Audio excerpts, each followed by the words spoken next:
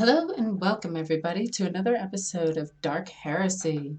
In the last episode, we did some minor adventures on another planet. It's pretty much all filler at this point, but we picked up a hitchhiker.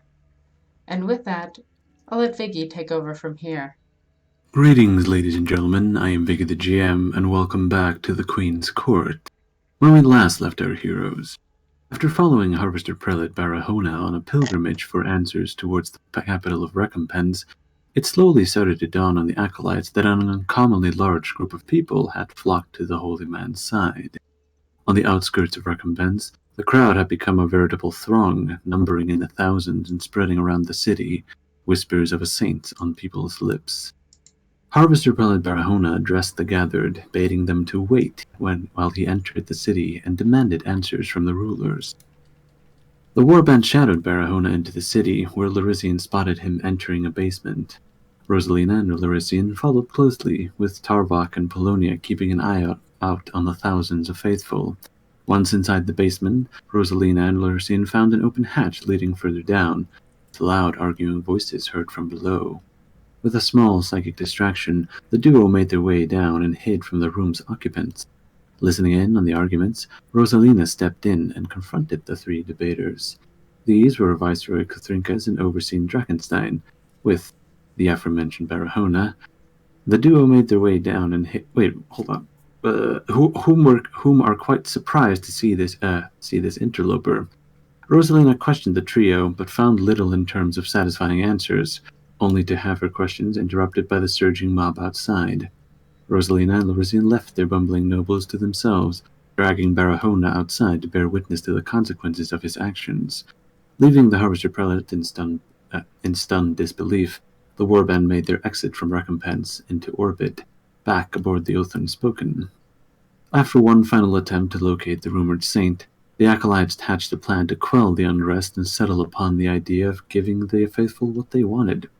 Dressing Taya in Rosalina's golden power armor and jump pack, the warband descended once again to the surface of Novabella, where Taya landed on the walls of the planetary governor's fortress palace. Pleading to the mob, Taya's impassioned speech sent a ripple of silence through the crowd, though the flaring of her refractor field, lent to her by Tarvok, may have had something to do with it. With the crowds pacified, Taya ascended on wings of fire, back into Larisian's Aquila lander, and onto the Oath Unspoken. Now, all that remains is to decide the fate of Novabella, as the acolytes gather upon the bridge.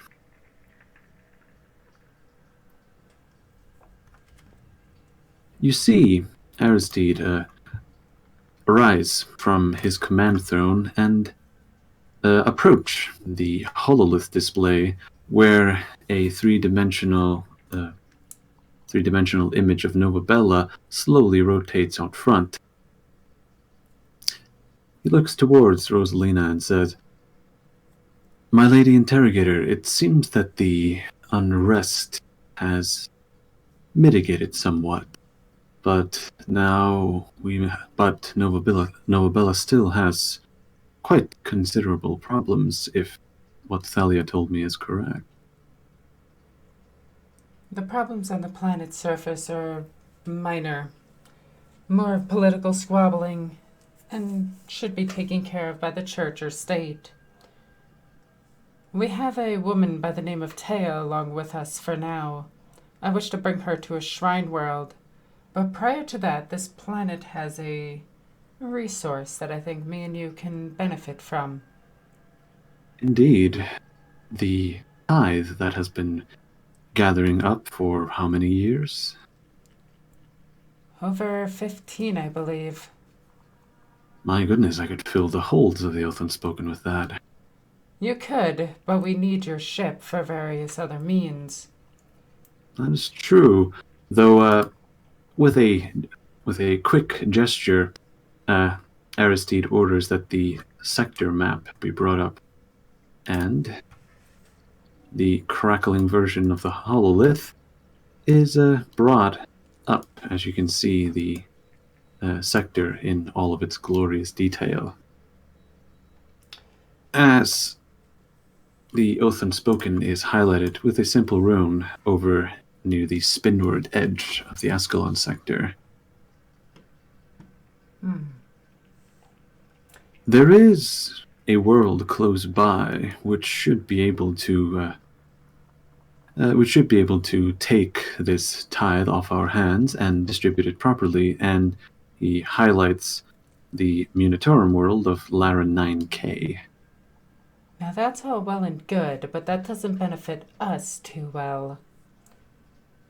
What if we were to purchase a ship and do it ourselves, bypassing a good chunk of the worlds and delivering it? That would net you some income, would it not? That is possible, though I'm not sure whether whether the work of chartist captains is quite. It seems quite below me, shall we say. That's the reason we need another vessel. Yes. Tarvok, though I have a question for you.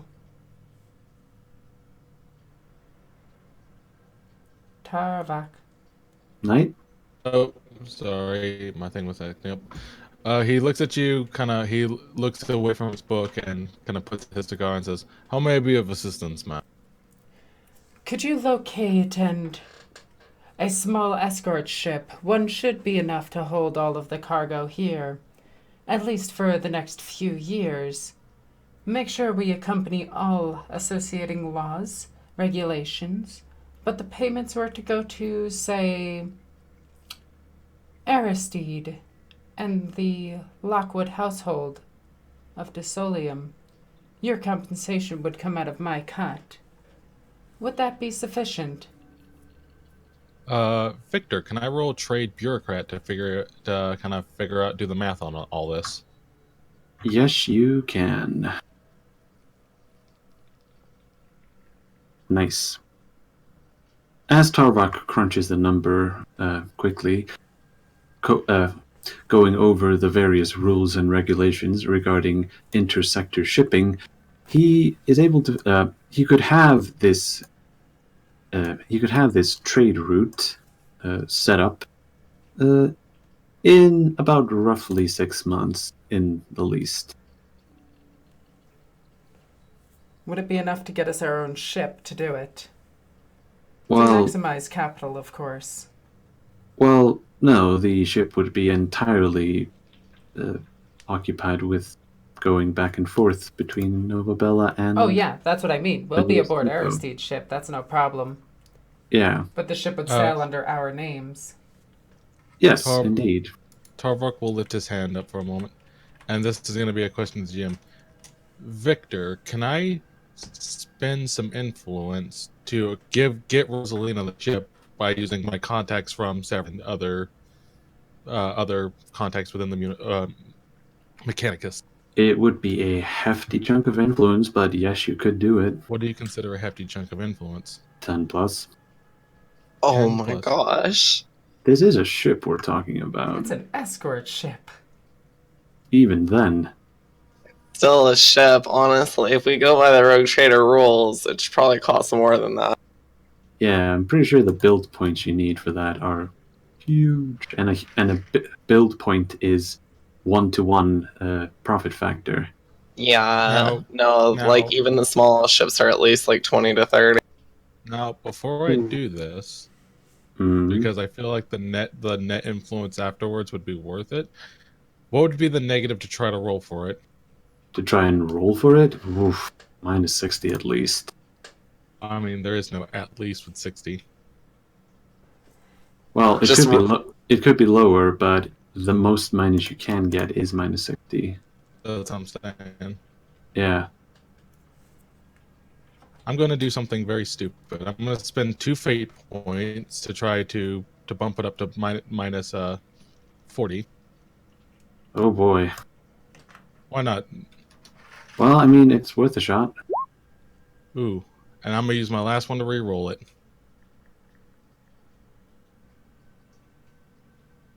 Oh my god. Yes! Oh my Holy god! shit.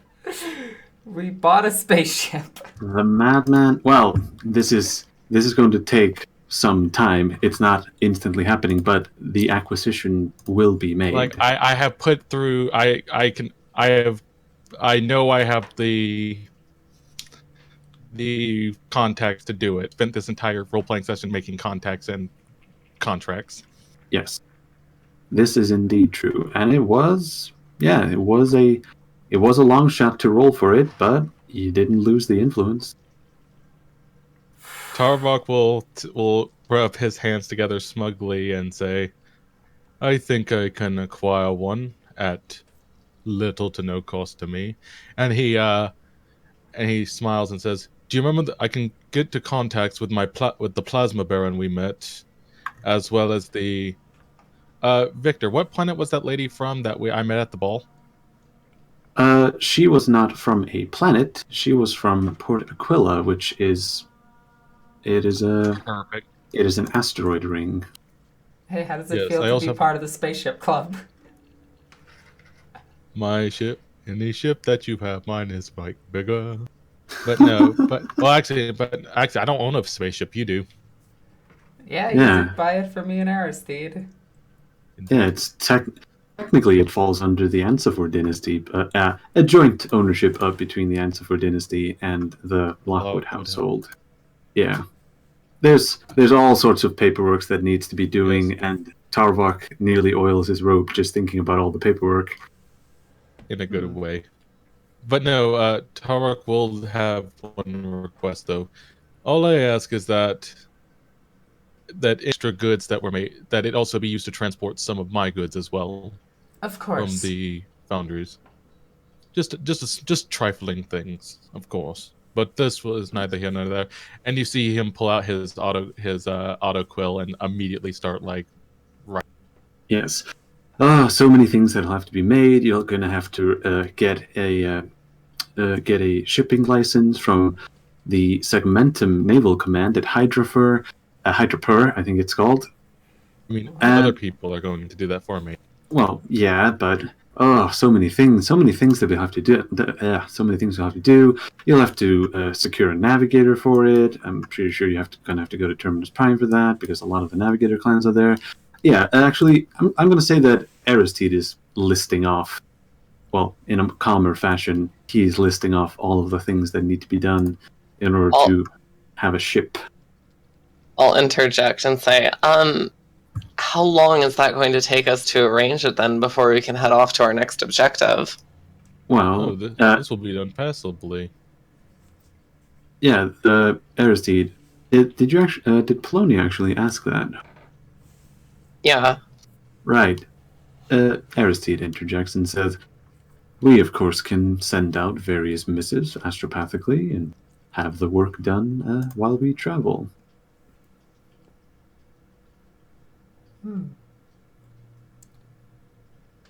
Now, of course, there will be a name. Aristide, would you mind if I did the honors of that? Of course, I myself am. I have never been the creative sort. I want to call it... So many things to possibly name it. But... Well, think on it, if you will. No, I think I know the name that I want to give it. Yes? Roseless. Named it after an old teacher of mine. And at that she rubs the back of her neck just a little bit. Just an old teacher of mine. Yes, it lacks the usual grandeur and verbosity of Imperial ships, but it is a good name. But giving that, it would give it a very low profile. Of course. Although we will, of course, have to find out what kind of ship. A transport would no doubt be the best, considering the cargo hauling it needs to do. Of course. But I'm sure a man of your stature could do that easily. Of course. Well, hold on. What did you mean by that? My bad. Oh, I'm just saying to him that I'm just saying, hey, you're smart. You got this. Right, right. I'm making him feel more grandiose about it. He at that he says, "There is, of course, the honor of captainship." I believe you should be the one to appoint that. I see. I, of course, have many senior officers aboard the bridge, and he lowers his voice at this, making sure that nobody can hear him. I will find someone worthy. Perfect. At this point, Tarvark will kind of pipe up again. If you would do me the honor, Rosalina, I could supply the maintenance crew from my own throng. I believe that would be the best, wouldn't you, Aristide?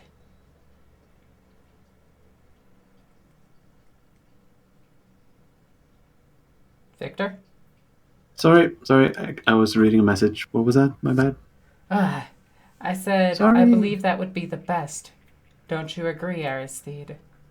Yes, of course. If the Mechanicus is ever willing to supply a maintenance crew, that is better yet. I mean, you could always deal with them. What he says with with a kind of just a playful smile. I'd rather not. You have been a wonderful intermediary when it comes to that. He bows. You honor me, Captain. No, it is just the labyrinthine nature of the Mechanicus that simply confounds me. Now, with that deed out of the way, we must make haste to a shrine world. I see. There are a few choices you have. There is, I'm there just is, going of to course. interject really quickly when he says Yeah. that. Yes. Do we know the location of the current crusade of the Order of Our Martyred Lady, the Sisters? I was not aware of this. There's a slight... I think they're called a cavalcade when there's just a small number of them. Hold on, I think Aristide knows of a convent, but it's not Martyred Lady. Let me double check which one it is. I have it right here. Let me see. It is called... Where's the planet? Here it is. It is called the Order of the Shining Blade. Alright, so set that in character. Yeah. I was not aware of a convent of the Martyred Lady in Escalon, though there is one on Aswar, the Order of the Shining Blade. I believe they have a sizable force of battle sisters there.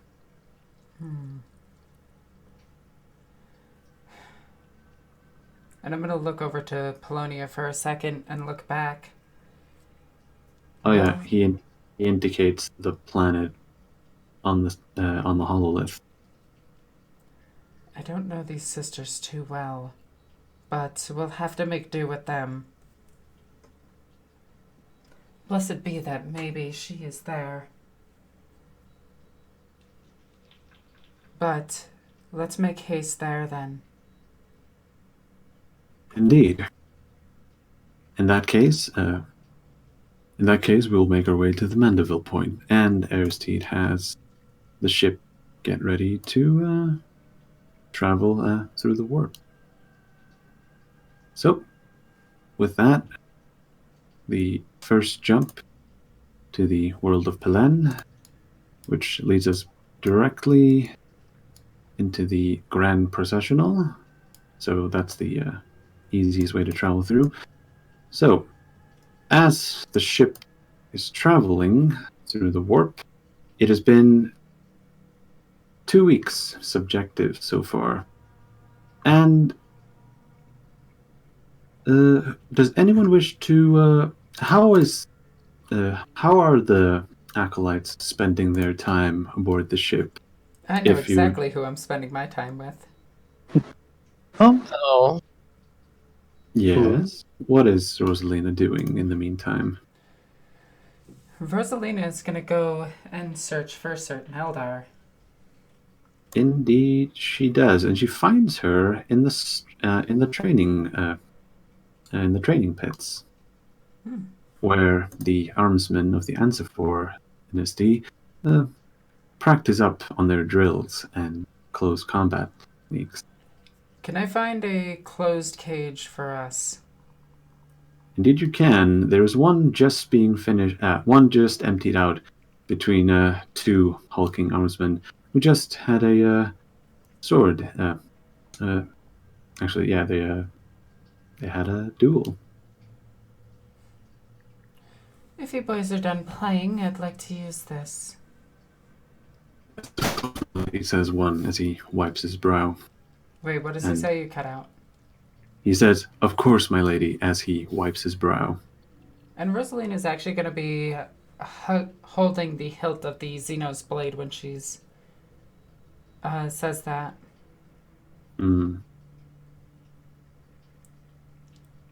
Marno, will this one do? Yes, it should. Perfect. And as you enter the sparring cage, the automatic lock seals you in, and a scorecard lights up. Marno, this weapon is a little bit beyond me. How do you fight with these things? Morino takes up the slith blade and looks over it. Says, "This weapon has been altered, has it not?" It has been altered to fit my hands, which I would say are about the same size as yours.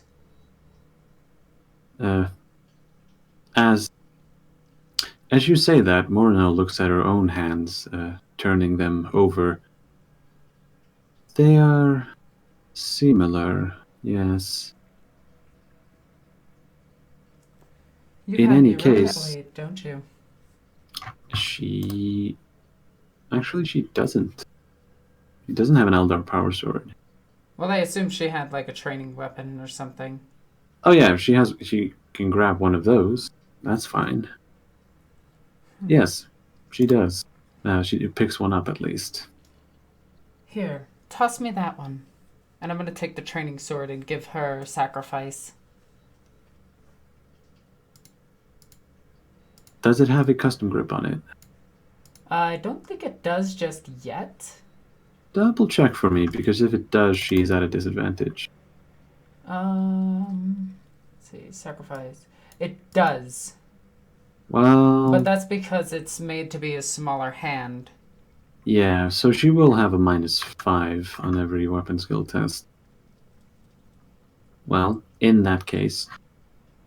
So, as Morino grips sacrifice, she moves her fingers about in order to get a better grip, but her lithe hands seem to be uncomfortable no matter where she holds it. Finally, settling in on a grip she can at least attempt to use, she moves herself to the other side of the sparring cage and takes up a defensive stance. Show me how your people fight. I think I saw Aristide make this move once. She holds up her empty hand with her finger pressed together and makes a come hither gesture. I'm gonna not draw draw Lioness, but I'm gonna take Lioness out and set it up against the wall and hold the sparring weapon. All right. I'm also gonna take off my armor, so I'm just in the body suit. The body glove, you mean? Or yeah. The body glove. Yeah.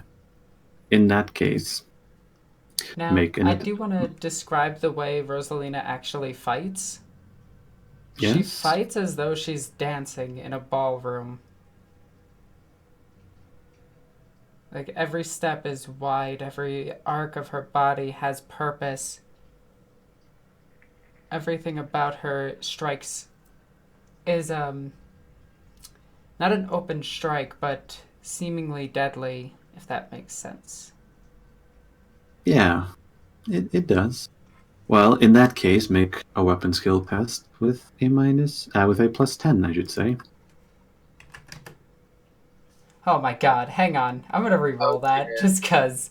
Just Wait, cause. wait, wait. These will be opposed weapon skill Oh, tests, okay. so Yeah. so Morino can fail more, but it's a good thing that you re-rolled, since she would have had a tough time failing harder than that. So, she... Boop. Welp. Oh dear.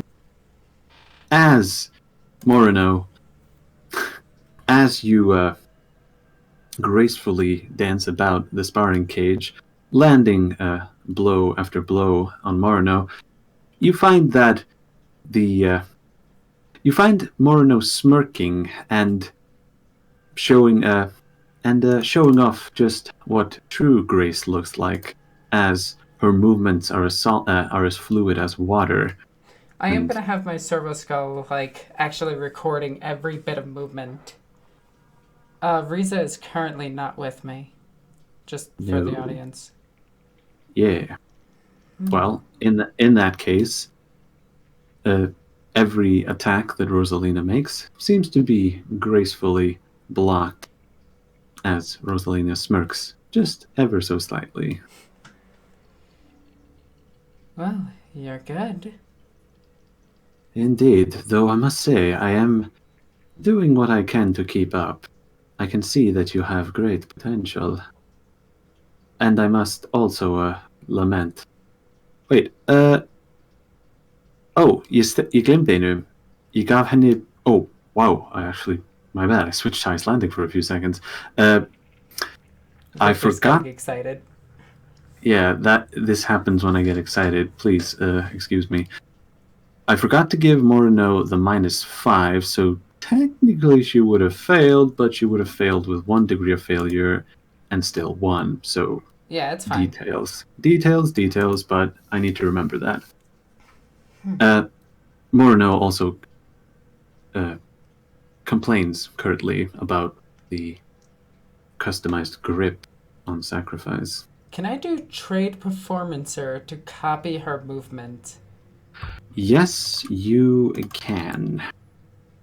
Do I get any bonuses for it? Do you get any bonuses? No, this is a fairly challenging task. I'm just gonna watch her and just be like, Nice. and Well dance done. along with her. Indeed. As Morino and Rosalina put in strike and block and counter strike, the fight starts speeding up as the two of them become blurs within the cage, only accentuated by the various clash of metal on metal. However, Rosalina does seem to, in the words of a performancer, lock into step with Morino as the two of them engage in what can only be described as some strange blade dance. Alright, let's roll another weapon skill test. You get +10, she gets +5. What is this? I'm gonna re-roll that before I see the result. Wait! Hold on. You would have won. Oh, well, you're supposed to re-roll before you see results, so... At least in the actual tabletop game. Well, no, but it wasn't a post-test. You re-rolled before you saw if you lost or not. Okay, fine, I'll take my fate point back. I would have sacrificed it to dance. Take it! Well, in any case, as the fight speeds up, Rosalina starts getting into the rhythm of things, and as she makes a slight adjustment to her footwork, she's able to step out of rhythm and land a land a slight blow against Morino's arm. And the fight comes to a stop as the score counter ticks to 1-1. And at that, I'm just gonna smile and, like, slightly pull the sword away and just look at her. This is how you fight. I used to travel one of the aspect paths, but it was not for me. This is exhausting. Yes, you should try to stand with one of the Harlequins. You will land and die from exhaustion.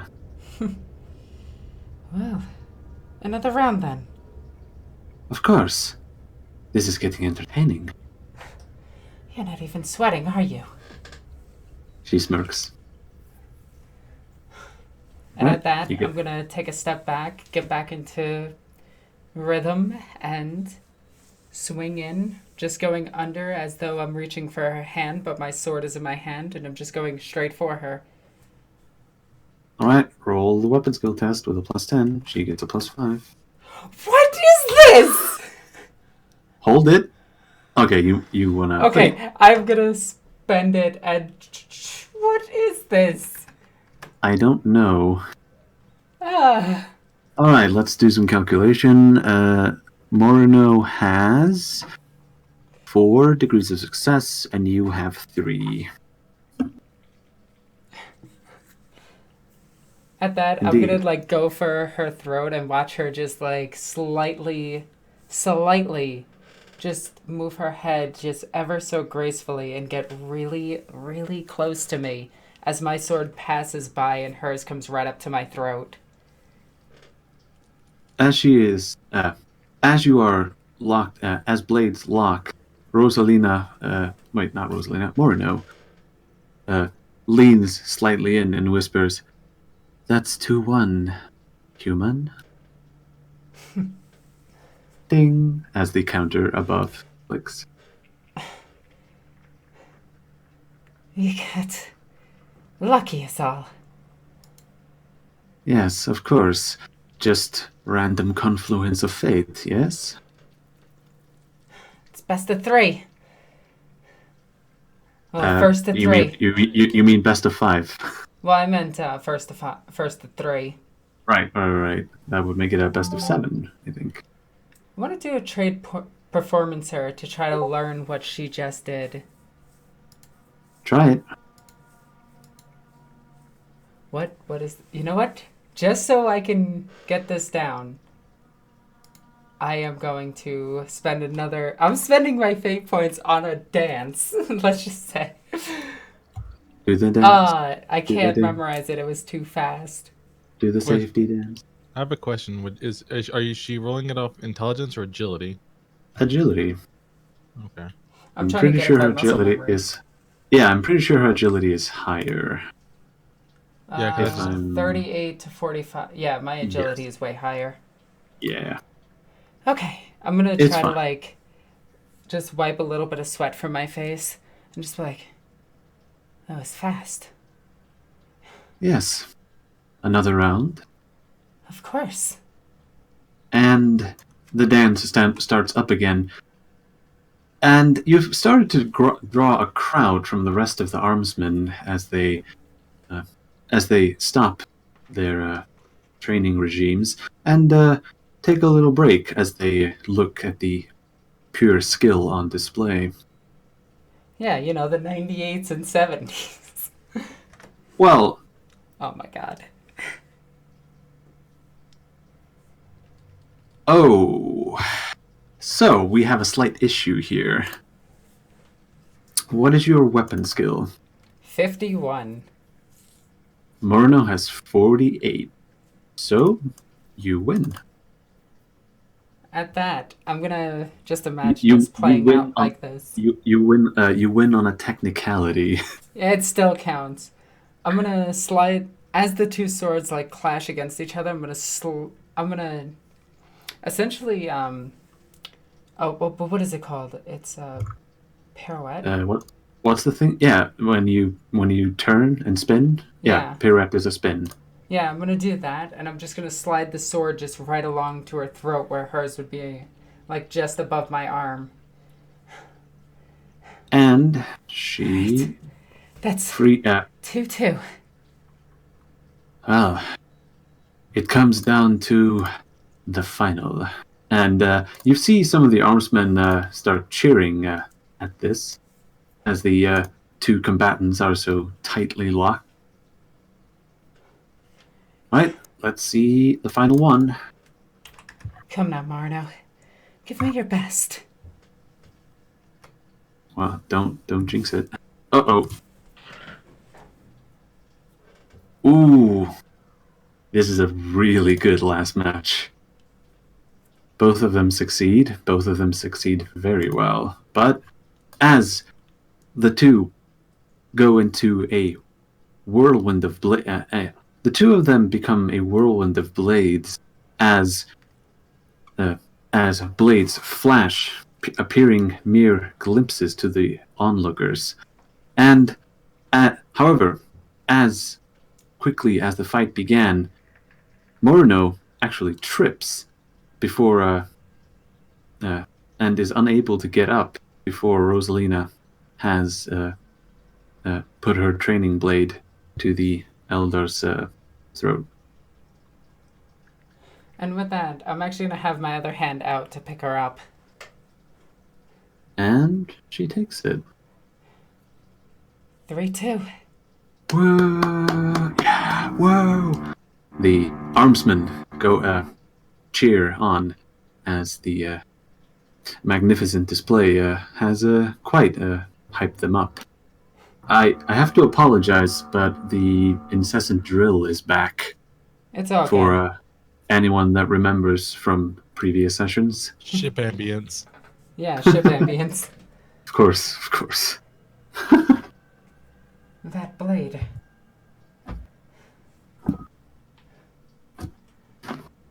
I think I've seen enough of your moves to learn. Yes, Just a little this. bit. I believe this weapon is not suited for me. It is crude. Why? Because we edited it? Or... Far away, Tarvak has this uncanny feeling of annoyance. What was that, Alex? Is it because we edited it? Or is it because it's from the Dukari? I cannot tell. It is wrong.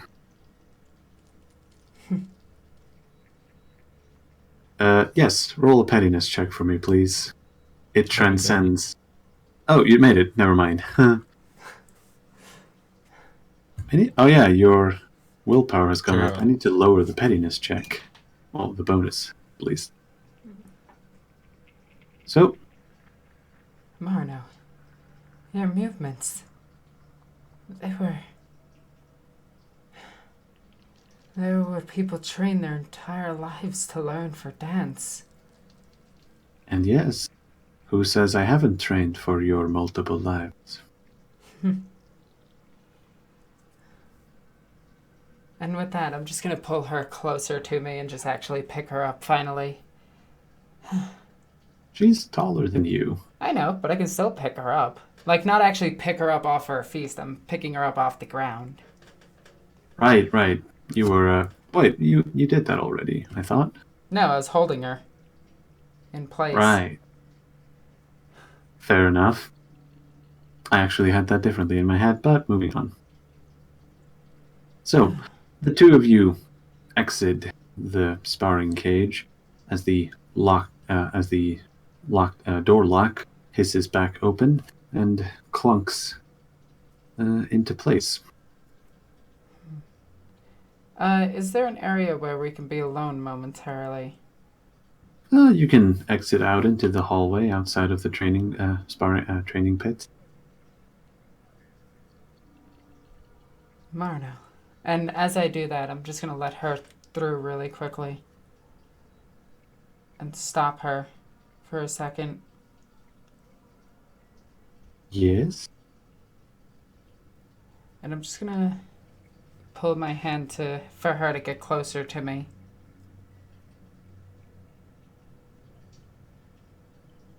Does she? She does, and she looks at you with her alien eyes. But is she, like, close to my face? Close-ish. I'm gonna About a turn foot so our away. backs are away from the backsides of the wall. No, from the hall, so you can't actually see what we're saying or anything. Thank you. You are welcome. Can I roll a charm test against her? You can try. Do I fate point and auto succeeded? Your last fate point.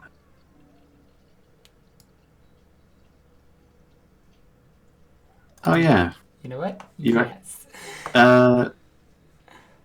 Yeah, never mind. Well, I was gonna mention the automatic -20 you get from talking to a Xenos. Hey, at this point, I'm pretty sure Marna and me are cool. No. If not lovers. No. Hey.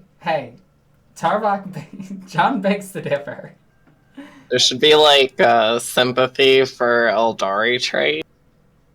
Well, think there she's is a talent that gives you a +20 when talking to Xenos. There's also No, it'd be- Master Imperialis. Yeah, Ambassador Imperialis.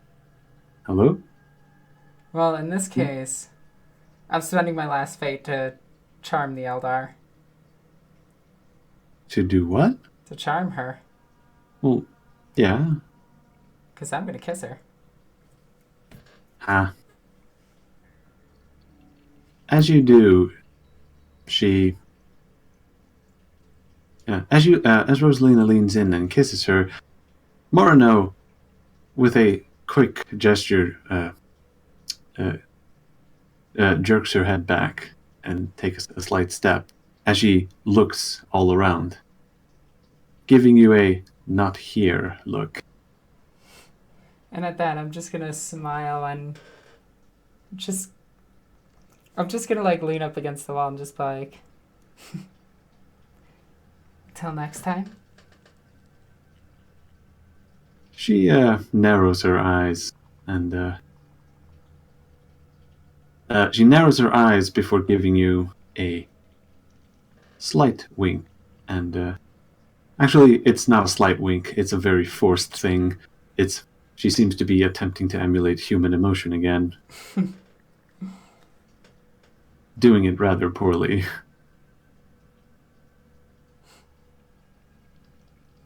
And she walks away. Ooh, who wants to be that invite? I'm not going to say anything. And at that, when she finally walks away, I'm just going to sheath both swords.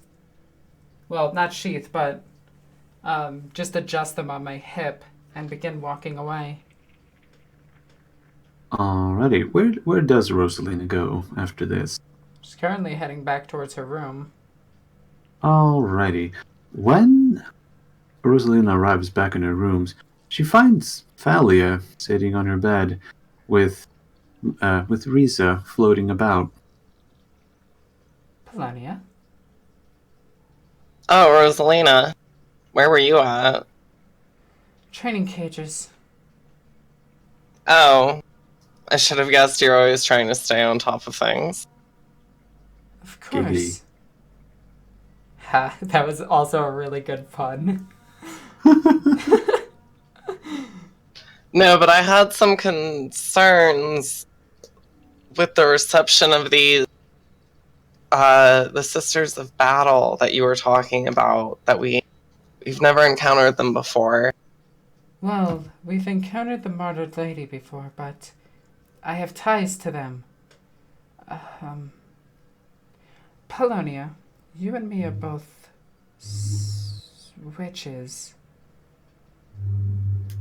That's my concern. I've heard rumors, but I know these things differ from group to group, so I just wanted to know if you knew anything about this group in particular.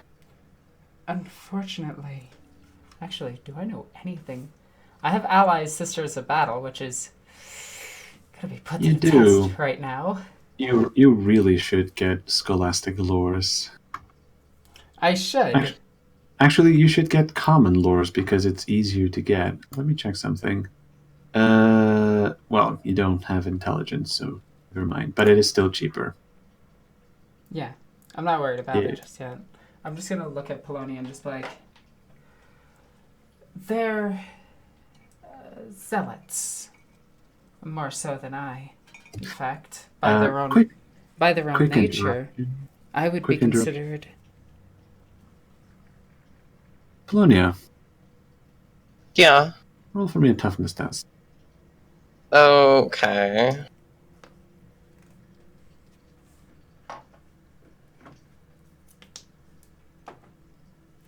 No. Oh boy. Do you wish to fate point? I don't know. I've only got 2. Might as well not. I'm a little conservative with them. So, in I spent all of mine. Liberal use of fate points, eh? Yes, but I want to look at her really quickly and just say... Wait, before you do that, while you are in the middle of your talking, Polonia, you feel a wave of nausea hit you, and you have maybe 5 seconds before everything goes flying. Oh, I'm just gonna get off, I'm just gonna lift myself off of the bed and immediately just lurch for wherever the bathroom is. Yeah, it's their 40k term for bathroom. I'm pretty sure I've heard ablutions chamber as lavatory. Oh my god, we're just gonna call it a bathroom. The lavatory, got it. Water closet is actually a British one. Bathroom. That's stupid. Let's just call it a bathroom. The one at toilet hole. I'm going to immediately go for the bathroom. Of course. And as Rosalina still talking, only stopping when Polonia lurches forward and runs off, do you follow her as she closes the door behind her? I'm just gonna look in concern and... Actually, I'm gonna roll awareness. Alright. As you...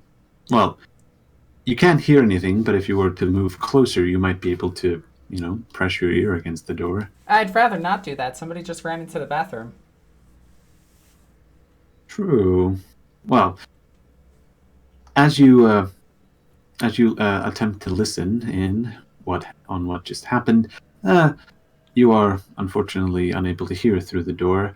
But a few moments later, Polonia arrives back out. She looks somewhat paler than usual. Exhausted, sweating. I'm gonna look at Rosalina. I'm gonna stay standing. Is there a chair nearby? Yeah, there's plenty of them. I would find one and gently sit down and then look at you and say, I'm really sorry for that. Are you ill? No. Well, your actions beg to differ.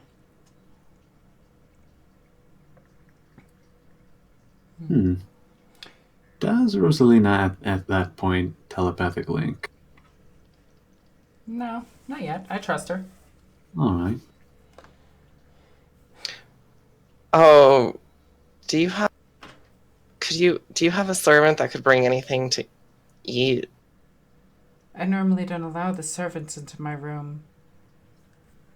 But I'm sure we could fetch one. I'm gonna grab... No, it's... Like, I'm making the motion to grab the wall of Hawks. The wall what? A Vox that's on the wall. Like, it's okay. Literally for calling maintenance or calling the front desk like a hotel. Hello, room service. Are you sure? It's... Maybe I should wait a while to eat. It seems so odd. I was so hungry before I had that... Before what you just saw. Here. It just came on so suddenly. I'll be sure to check with a physician besides myself. At that, I'm just going to grab I'm going to grab one of the bags of Forley's candy that I have and just be like, here, it's something from your homeworld. I'll take it and smile. I haven't had this for a while. I didn't know you still had some lying around. How long ago was that? Are these still good? Oh, they've been kept in the cold storage. They should still be good. Where the heck is it? I also, in my cold storage, have a 100-plus-year-old Amasect. Where the heck is my Forley's candy? You didn't delete it, did you? No, I have it somewhere. Here it is. Well, you gotta delete it now. Why? Because you're giving it to me. No, I'm giving you one bag. Oh, okay. I have several. Oh, okay. Actually, I only have 4 bags left. Weren't those like caramel things? Yeah, but you freeze caramel, it's fine. Also, I don't keep wine in my freezer. I keep it in the coolant part of the freezer. Like, it's the little tiny, like, hotel room fridges. Rosalina essentially stays in a 5-star hotel room. It's just small. Yeah. Well, Aristide has a nice boat. Anyway, getting back to it. Store wine at room temperature. Shut up, Rosalina's dumb. Anyway, when I'm sitting on the chair, I'll look back at you. But we were talking about those sororitas. Yes. Look, I'm not gonna lie to you. There is a chance that they murder us on sight. We are witches, after all, and that is their game. Okay, I do not look reassured by that at all. I'm like Thalia's like trying to hold it together, but when you say that, you can just see it like just hits her like a brick, like a weight on top of her. She just looks down and is like, oh. I will have to flex inquisitorial status so that we don't get killed by them. I'll meekly look back up at you and say, maybe we should send scout teams down and just not encounter them personally and not mention that we're aboard the ship. No, the sororitas will grow... The sororitas may grow suspicious of that and think that we're hiding something aboard the ship. Best case scenario, I will still go down regardless. I will go down with the saint.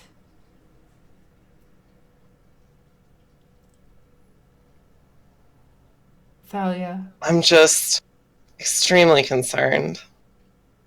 Thalia, I promise you this. Regardless of what happens, I will protect you. I'll look down and then back up at you, and then down again and back up at you. And as you do, roll for me another toughness. Okay.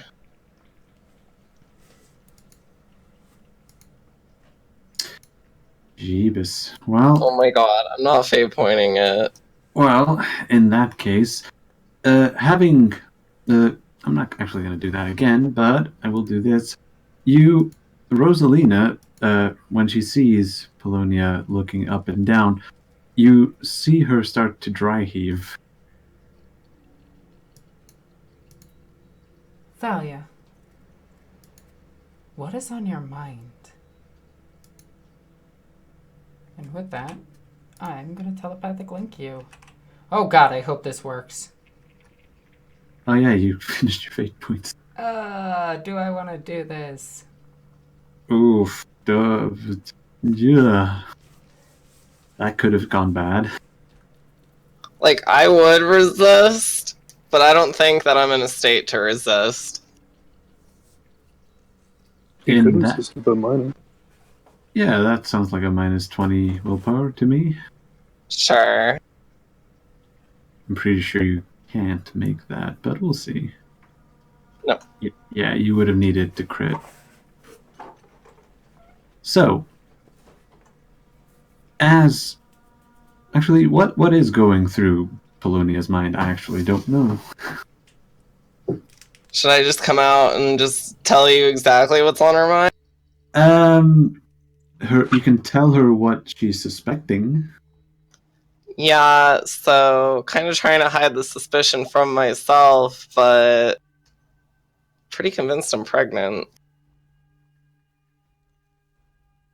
Yeah, as Rosalina enters Polonia's mind, she can feel that Polonia is remembering when she last had her period, and it's been almost 2 months now. And at that, Rosalina's jaw is just gonna drop like, are you expecting? I'm probably still dry heaving, so it'd be really hard to respond. Yeah, however, as Rosalina blurts out the question, Polonia takes a moment to compose herself once again and is finally able to answer. At that, I'm just gonna grab a napkin, wipe her face, and just tilt her head up.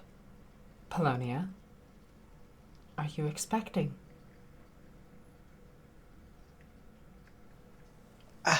I'm not sure. And at that, you just see like a smile go over Rosalina's face. I'm so happy for you. In this case, you must be top priority. I must protect you. Lay off the next few missions. Let us go down to the world. You cannot go down. But Rosalina, what if something... Ready? Oh, no, I just have my room. But Rosalina, what if something happens to you down there? Have you told Aristide? Is it Aristide's? No, it is. Of course it is. Yes. No, there's been no one else. You answered 2 questions there. Yeah, that's fine. Rosalina asked multiple questions. Yeah, but I think she answered them in the wrong order. That's fine. Maybe, but I think she context. understood me. I got it, Victor. We got it. We're good. Has she told Aristide? No, I have not told Aristide. Yeah. No, I haven't told Aristide. Well, we must tell him. This is wondrous news. Do you think we should... I don't... I guess, yeah. What did you do when you found out you were pregnant? And at that, you just see Rosalina, like, sit down on the floor next to you. I cried. I was worried. Everything fell apart. And at that, I'm just going to call Risa over to me to sit on my lap. But you find that children are your world. You'd do anything for them. And at that, you see a little tear, like, form in Rosalina's eye. And to this day, I'd still do anything for them. I'm gonna stare at Risa for a few moments, solemnly. Did you worry about bringing your child into... Well, I guess you didn't know as much about the universe then that we all do now. Of course I worried. Of course I was scared. But with the Emperor on my side, I knew that I was doing the right thing. Risa must stay with me. I must protect my child. When this happened to her, I knew that I had to protect her. I had to keep her close, somewhere where I can keep her safe. And what's safer than, well, a battleship? I'll smile a little bit at that, But then I'll go back to looking at you solemnly and say, but Rosalina, there are such horrific things out there. Things that a battleship can't protect you from. Things that... You know what I mean.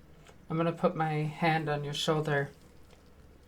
And, well, I'm going to get up, put my hand on your shoulder, and just say, there is no force stronger than a mother's will.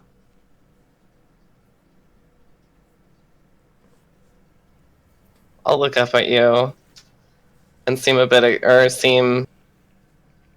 be a sparkle in my eyes. You inspire me, and I'll stand up and smile at you. Now, we must make preparations to your chambers. Will the child stay in your chambers or Aristide's? Have you two combined chambers already? No, I still have my own, even though I admit most of the time I don't use them. I must tell more. Never mind. Well, let's start by telling Aristide. Wait. What about Hunt?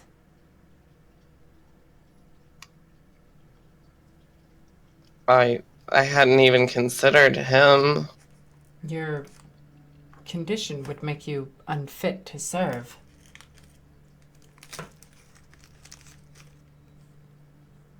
Do you think so? Would he dismiss me? If I was in charge of you, I wouldn't dismiss you, but I wouldn't bring you with me. It's an interesting conundrum. Your skills are too great to just simply remove you. But... I guess that's what I was thinking. I could still be of use for a while, but... Well, if I get to the point where I start to, when I'm hauling around my child in me, and I have a gigantic belly, I don't think I'm going to be able to keep up with the team. I don't think it would be good for my baby's health either.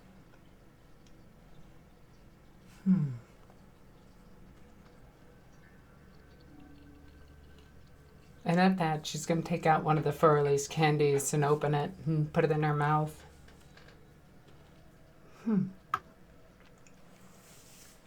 The way I see it is, you have maybe 3-4 months left before that.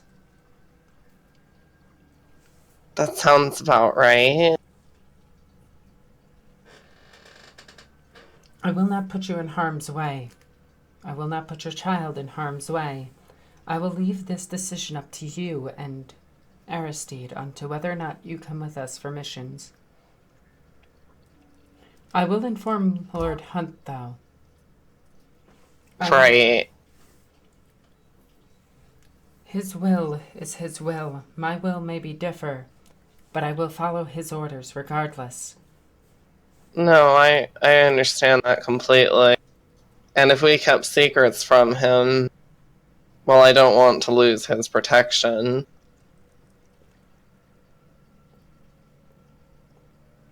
Of course. So, are you going to go chat with Aristide? Oh, Rosalina, do you think I should tell him alone? Yes. That's what I was thinking. My presence would just make things more complicated. I agree. It might take me a while to compose myself, though.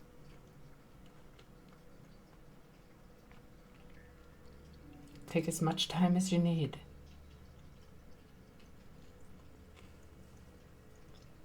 I will leave the decision-making of that up to you, whether or not you want to tell the rest of the party.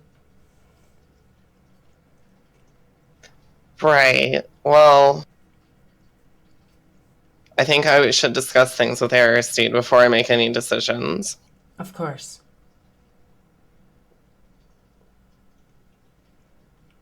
And with that, we can fast forward to me discussing it with Aristide. Well, Yes. First I'm going to give you a hug and tell you I'm proud of you. I will hug you back, and I will cry. I will cry lightly at first, and then Thalia will start to cry, like, very profusely. Yeah, and it's not, the sexy cry. It's a very ugly cry.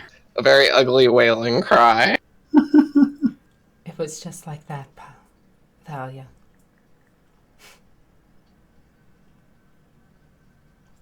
And with tears dried and composures regained, Thalia sets out towards Aristide's bedchambers. Yay, bedchambers! And when she walks in to the now familiar luxury of the captain's chambers, she finds Aristide sitting on his finest Grox leather couch. And he looks up he looks up from a book that he is reading and says, "Ah, Thalia, there you are. I was wondering where you went." I was just discussing a few things with Rosalina. Yes, of course. Inquisitorial matters, I'm sure. And he sort of looks at mid-sentence, starts looking back down at the book. Right, there were a few things she needed to discuss with Hunt, but I think you should know about a few of those things too. At this, he looks back up sharply and puts the book down on the counter next to him and says, "Oh, I wasn't aware that I needed... I thought I was on a need-to-know basis." At that, he's sitting on a couch, you said, right? He is. I'm going to sit down at the couch and look down and take a deep breath before I look back up at him, and I'm going to say, Aristide. Yeah? I have an extremely personal concern that you need to know about. At this, he switches... he moves his body so that it's directly facing you, and as he looks at you, he says, "Of course, you can confide anything." It's come to my attention, and I'm going to look up at him. I was looking down at him before. I'm going to look back up at him in the face, in the eyes, and say, I'm pregnant. You can hear you could hear a needle drop. The silence becomes such, and you can see that Aristide's jaw has slightly opened up, has slightly gone slightly slack as he rushes to his feet, and you see him holding his hand above his mouth, but it is clear to you that he is smiling ear to ear. As he paces back and forth, he says, actually, he doesn't say anything. He just hauls you off of the couch and gives you a gigantic bear hug. I'm going to hug him back, and again try to withhold it, but start crying again. Well, when did you find out? I was slightly suspicious for a while now, but it wasn't until just recently that I kind of admitted it to myself.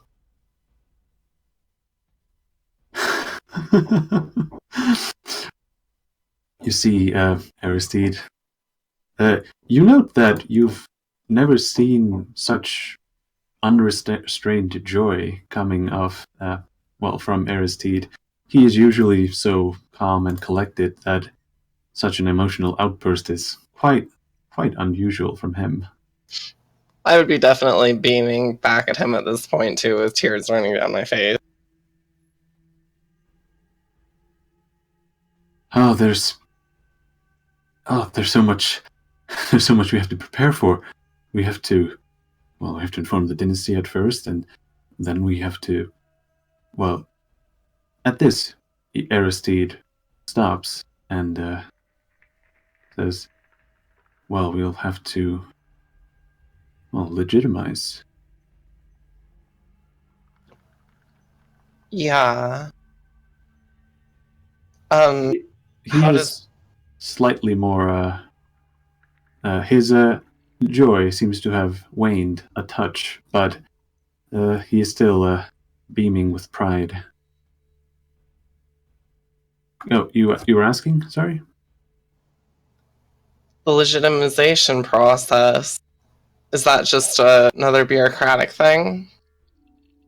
There is an aspect of that, but there is one thing I have to do before that.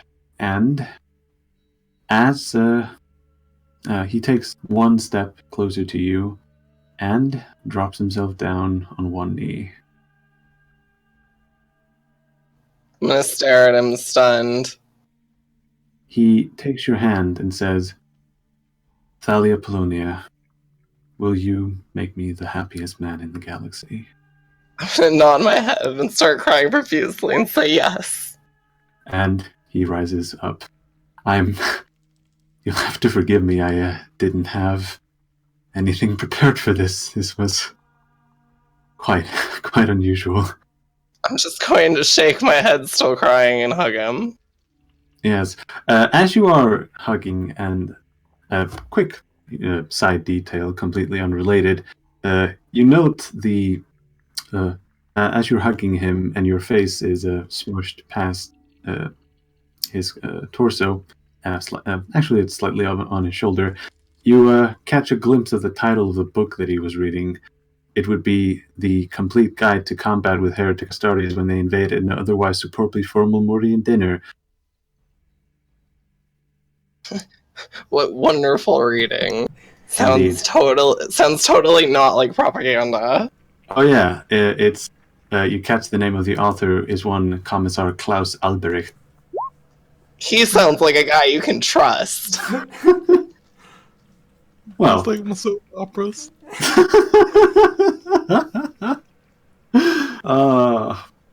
When you come to Dark Heresy and watch a soap opera. Oh my god, I'm crying. I don't think there's a role-playing game for soap operas. I think we win this time. Haha. Yes. I did it. So, after I compose myself, I am going to get a bit serious with him. I assume that we've shifted situations. Yes, you've walked towards the hallway door before Aristide stops you and says, Who else knows? Currently, Rosalina. And that was the other thing I needed to discuss with you. She's going to tell Hunt. Oh. There's nothing I could do about it. Oh, yes, that is unfortunately an occupational hazard. Your Lord Inquisitor must know of his warband. Unfortunately, I don't have the privilege of privacy when it comes to him. It is a danger we must contest with. However, none of the other members of my team know, save her. Well, do you wish to inform them? I myself was thinking of making an announcement, but I will keep it secret if you wish. No, I like the idea of an announcement. We can go about it however you prefer. Well, in that case, I will make my way to the bridge. You should be with your team when the news breaks. Right. Should we assemble there? Oh, no, I'm sure Tarvok has taken over, conquered more of my archives. I'm sure you can I'm sure you can have a slight impromptu meeting there. All right then. We'll fun. As you before you stepped into the hallway and part ways, Aristide kisses Thalia for a good while. Yes, it would definitely be for a while. Yeah. Not keeping track of time or anything. No, but at that point, after we do finish, and he goes to tell his bridge, I will go find Tarvok. Indeed. Do you send one of the oath unspoken crewmen to run about and gather the rest? I suppose I should. I'll tell him to do so. Alrighty. The first one, the first member to be picked up is Rosalina, who receives a message that Polonia wishes for the group to meet in the archives. Very well. I'll be there shortly. Quick question. Noble, where is Lorisian at the moment? He would probably be at the Astropathic Choir. Alrighty. What is he doing there? He'd be looking to see if Carr ever was able to get a response to the message he sent her. When you arrive at the Astropathic Choir, you find that there is a missive waiting for you. It had not been delivered yet, as there was a large... what's the tube things called that get sent by air pressure? Vacuum tube? Yeah, like I'm talking about like the tiny little chambers that you screw the message into and pop in. I don't know. I forget what it's called, but I'm pretty sure people know what I'm talking about. You see a stack of those that have been marked up, and your name is on one of them, as Astropath Johannes points you to one. He'd take it, unscrew it, and read the contents. Ah, yes. Johannes actually speaks up and says, "Ah, yes, that one. It was strange. The message was very short, stated strictly to, meant strictly for you, and it says, Gantry in trouble. Return immediately." Oh, well, this is just lovely. Does it have any names and stuff on it? Like, did she sign it? There is a K with a dot. That's fun. Yeah. He's just gonna look at it and sigh really heavily. Just, You'll have to forgive the lack of context. It is the more message you put into an astropathic missive, the less likely it is to make it in full peace. Oh well, context to you might be lacking, but well, have a good day, Johannes. And he's just going to pat him on the shoulder. Good day shift to you. And he trots back towards the astropathic communique throne. So, let's see. And as you are stuffing the message in your jacket pocket, you see one of the Ansafor crewmen come panting into the chamber and says, Lord Serena, there's a gathering in the archives on behalf a summoning on behalf of Polonia, if you would kindly. He's going to look it up and just kind of raise an eyebrow. Is it an emergency, or were you simply trying to get your steps in today? Yes, you are the latter, sir. It is my my breathlessness has to do with her urgent tone. It would have been the former, but yeah. Oh, my bad. I mixed those in my head. No, it's fine. I do that all the time. Just right. Trying to get meaning received. So, I'm guessing he goes off on a light jog. Yeah. Alrighty. Seeing how everyone else is heading to the archives, or is just there, Polonia, you arrive first at the archives, and you find Tarvok doing what exactly? So actually, instead of actually working on something, he's currently with Theta 01 carrying a bed, which looks to be taken from the crew room's quarters and putting it into one of the corners of the room next to a table. I will comply as Tarvok finishes ordering the bed just a few inches to the left. Yes. And as you can see, all the amenities that were in a standard crew chamber have been moved here, as well as like a workbench and stuff like that. He has completely moved into the archives, including placing some Mechanicus banners and one of his foundry hanging from one of the walls.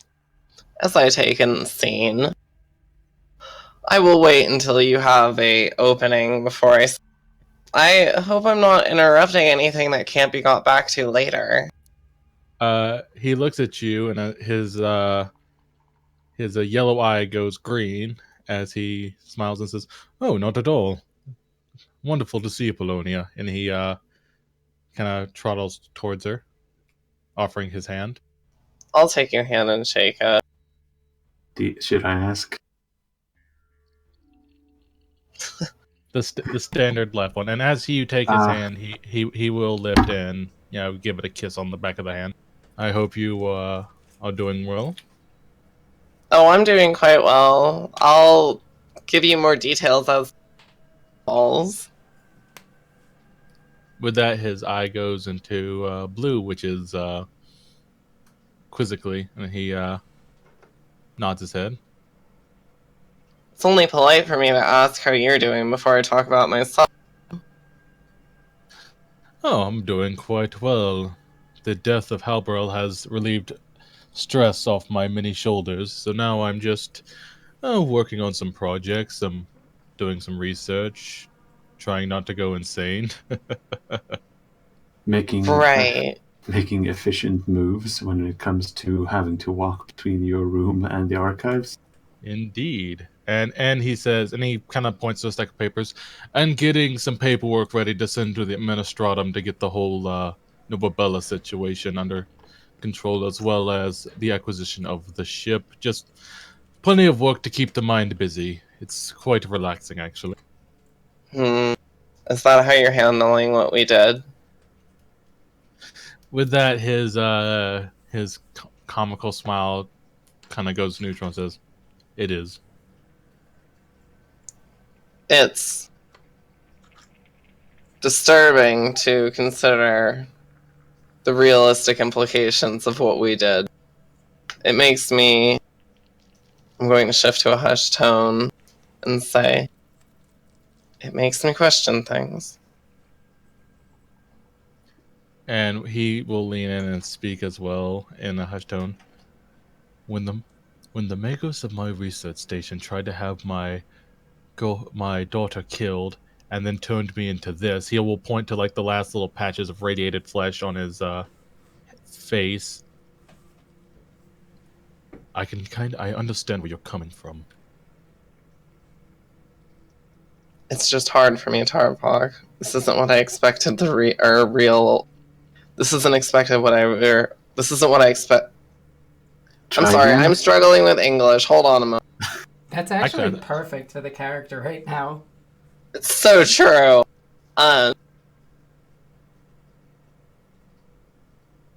We'll offer her a glass of fluoride. It's not the reality I expected when I left Forley's. This isn't the truth I expected to find out here. At this point, he kind of points to the bookcase on his back and says, The truth is something that we will search for all our lives to find, but it will always change. We will learn one thing and then forget, and then find out something else we don't know. The quest for knowledge never ends. It's a perpetual cycle of discovery and knowledge.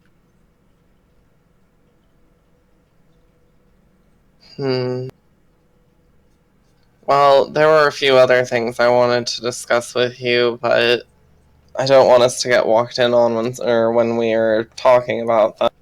With that, he will send, because he's if you remember, he actually rewired the security on the door. He will send out a binary signal and have the door shut and locked. Indeed, the state of the door lock goes from 0 to 1.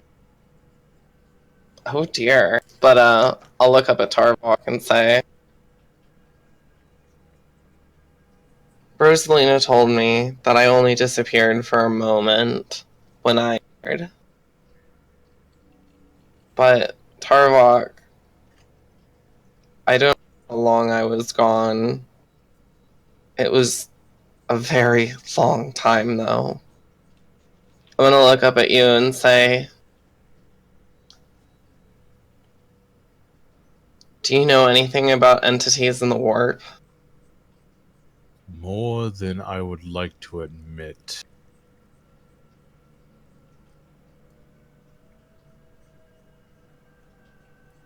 And he kind of grabs some tomes on some of the tomes he's collected that he keeps with locks on them, and presses a few buttons to unlock them. And he's like, "What would you like to ask?"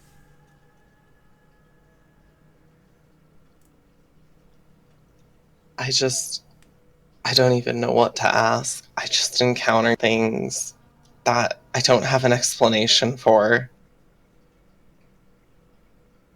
In a way, it was more real than me talking to you right now.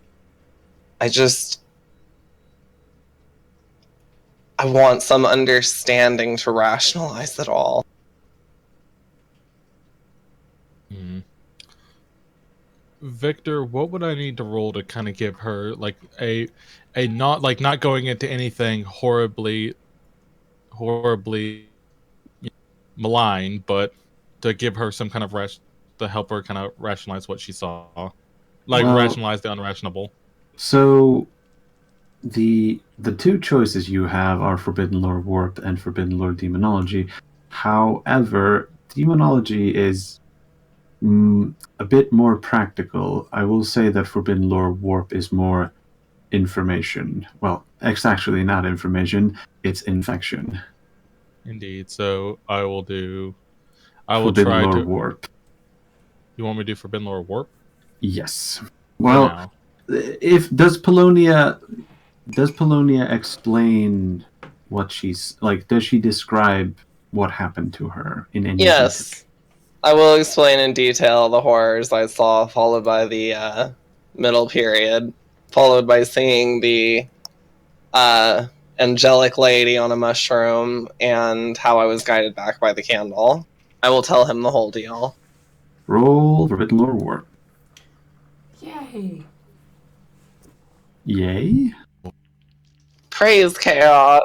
Please no. Thank God! Corn demands. Oh wait, but that's a fail. It is a fail, but he didn't want to succeed. Not on this. Well, I think I missed a +10 there, though. You did? I missed a +10 for the book. Because you have Archivator, right? And you're in your archive. Yeah, we're not done yet. So I actually passed with a 90. Oof, barely made it. Oh yeah, you have 2 ticks in Forbidden Lore Warp, don't you? Yeah, so I have a book on it. Yeah. Oh wait, so you'd be rolling it on 100. Wait, hold on. No, yeah, he does have 2, so he gets a +10 from that, and then it's... No, wait, this... Cranial implant. Oh yeah, cranial implant, I keep forgetting. So, best quality... +20 for the... Here, I got you on this. Yeah. It's my 2 ticks, +20 for the cranial implant, +10 for the book. So that's 60, 70, 80, 90. Let me double check one thing real quick, because I want to know if it's a +20 or 10.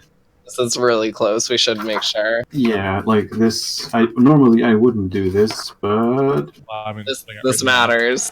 When it's this close, yeah. Let's see. Well, it's not a trivial thing. The warp is nothing more than a trivial thing. Shush. Shush your face, babe. Don't worry, it's just an endless platter for us. Let's see. Good cerebral implants are even rare among the high-ranking... Wait. Good cerebral implants are very rare even among high-ranking Imperial officials and are exceedingly difficult to acquire, becoming near unique in availability. These grant the user the unnatural intelligence 2 trait and plus 20 bonus to logic and lore tests, thanks to the superior mental... Oh, yeah, it is a plus 20. So yeah, you had the book and you had the thing, so you made it by 2 degrees of success. All right, so tell me what I'm explaining to this woman. Well, first I need you to roll a willpower test. Yay! Willpower! Nailed it. So, in that case, you're fine. So, how... This is difficult because the players know way more than the characters do. I don't. You don't? Remember, Well, warp stuff is not my forte. Law stuff, on the other hand. Right. Wow. So, I will... I am kind of out of my element here because I'm not that up to warp stuff. I will, however, say, I'll put it like this. Tarvok attempts to analyze and break down Polonia's story, and he comes to the conclusion that wherever Polonia went for her brief or not so brief moment, depending on perspective, he concludes, yes, very carefully, he concludes that she must have encountered some kind of greater demon of the Dark Prince. He does not say or even have the name of the Dark Prince in his head, the true name. But he mentions that the characteristics of this demon, I'm guessing he calls it a demon. Warp entity. Warp entity, actually, that's better. Is a fragment of this greater entity, and Tarvok does his best to put it into as dry terms as possible. Victor, can I do even though Medicaid is not my forte, can I do a Medicaid test just to see if she's got any, if this had, or what would it be to do? I think we discussed it before, psychological, to make sure she's psychology is also Medicaid. I'm just gonna roll a Medicaid just to see because if she encountered that Tarvok, I'm pretty sure with his literal mastery of demonology, he would know that that's not nothing. True, that is indeed true. As you look at her, you can see a slight change. It's uncanny that you really have, well, you'd call it a hunch, which sends a chill down your bionic spine. Well, psychosomatic chill down your spine. And you get, when you succeed, you have the epiphany that you need a bit more data, and you grab the aetheroscope. Indeed, and he looks at you and says, "Would you be still for one moment and humor an old man?" I'm gonna look at you seriously and say, "Can I trust you?" Have I ever broke faith with you before? I wouldn't have brought this to you if you had. Then you can trust me. And he pulls out the aetherscope and kind of runs it up and down her body. Indeed. Polonia, you note that the background psychic emanation coming from Polonia seems to have increased.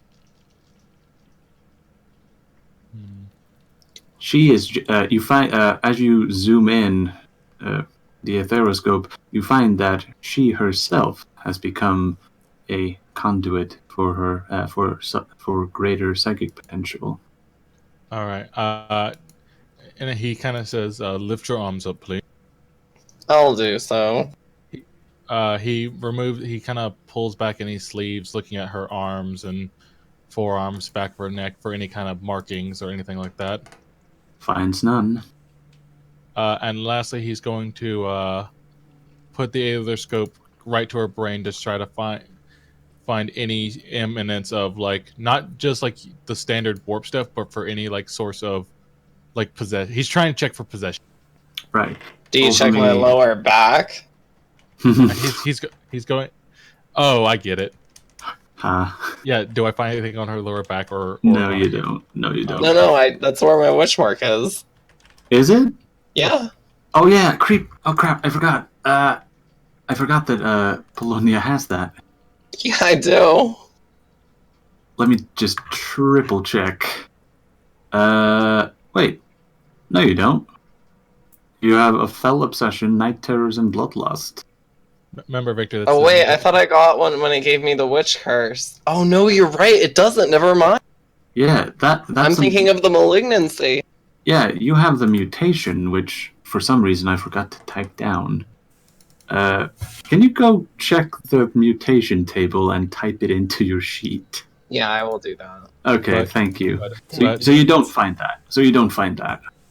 all right, but do However, I find as you concentrate the etheroscope on, well, every point on Polonia's body, you do not find any trace of outside entities. Nothing that doesn't already correlate with Polonia's mental identifiers. Indeed, and as he kind of does, his eye switches back to green, where he, as he kind of like breathes a very heavy sigh of relief. Okay. It seems you are fine. I was searching for any kind of markings that were placed upon you, perhaps without your knowledge. Oh wait, I got bad news for you all. Witch curse. A small stigma in the shape of a maddening rune appears on the character's body, marking him as the touched by chaos. Wait, is that a malignant? That's Is witch that- curse. That's the mutation. Oh, crud. I need So- to... Wait, roll awareness. Maybe it's small. Let me see. I need to know exactly what it says. Pasting Mutation. it in there right now. Thank you. Where? Roll 20 or... Just posted it in mutations in roll 20. Alright. Am I not seeing it? I don't see it either. Maybe roll Oh, 20. like on my page. Here, I'll post it right here. There you go. Oh, thank you. A witch curse. A small stigma in the shape of a maddening rune appears on the character's body, marking her as touched by chaos. She gains the psychic trait. For you learns any one psychic power. And attempts to use this power. Yeah. Okay. Let me check. So- A Google image a small stigma because I need to know like what this looks like. It's just going to be like, imagine like a rune that was put on someone's like butt, Like, but instead of like a rune, it's a mark of chaos. would it be what's it called? Like, a Would it be birthmark some or very stuff? what? Would it be like a birthmark? No, it would literally. The way it describes it is, it's like, I think it would actually like it wouldn't. It would be more like it would be like a scar or tattoo. So scar tissue then. Yeah. Fair enough. Yeah, Knight, this is going to be a small one. I need you to roll an awareness test for me. So I'm guessing, does the Aether Scope and Bionic Eye come into play? The Bionic Eye does, the Scope does not. The Baleful Eye is, or the Bionic Eye is 10 or 20. Just 10. double checking. I miss it. You do not see it. That's fine. Oh, I had this all planned. I was gonna look at you and be like, you know that I can like reach into your body now and like pinch your arteries. I don't know. I was gonna be excited for that scene, but it doesn't happen. No, but he will still. But he did actually ask, "Do you have any? Do you have?" He will actually still ask, like, while he's going through this whole like demonic, checklist, and as he's kind of examining, he's like, any sicknesses lately? Marks, protrusions on the body, Change in tumors, personality. Hush your face. Well, I suppose there have been some things going on, but that's a physical matter that we can discuss once everyone else gets here. speaking of which, Rosalina arrives as she was the first one to be informed. Who locked the door? Dunk, dunk, dunk. And with that, he will kind of put her sleeves back in, kind of put a finger to his mouth, and kind of do the whole zipping the lips motion to assure her that he knows nothing. I'm not at you. And he will send out a binary call to unlock the door from 1 to 0. And as Rosalina hears a loud thunk, she hears that the door has been unlocked by Tarbok. I'm gonna push the door open and look at the two. Anyone else here yet? Indeed not, but welcome to the archives once again, Rosalina. Thank you. Would you like a drink? As he kind of goes over to his little spot where he keeps all his stuff with the wine, like a bottle of Amasec at room temperature. No, I am good. He will pour himself a glass. Polonia? Oh, I shouldn't drink. I'll just have some water if you have some. I'm sure he's got like a tap in here, right? Indeed, he has his own water purifier. Yep. A distillery. Gotta get that distilled water. Yes. You mean endlessly recycled? Hold on. If it's recycled from a distillery, no problem. Hold on. There is no fluoride in the water. Super important now, more than ever. I don't want to, gotta keep the baby pure from it. Indeed. And he will bring you a glass of water from the tap. You actually also notice that there are no rats right now in the room. He's been doing a lot of renovation and. Well, they should never notice the rats to begin with, but never mind that. Well, like when he's just by himself, they're kind of just running amok, squeaking. Well, in any case, as Tarbok is handing out refreshments, thank you. I was blanking. You see Larisian slinking through the door. As he walks, just tip his hat. Larisian, and he's kind of goes over to his little, I will just say mini fridge. Refreshments, water, wine, snacks.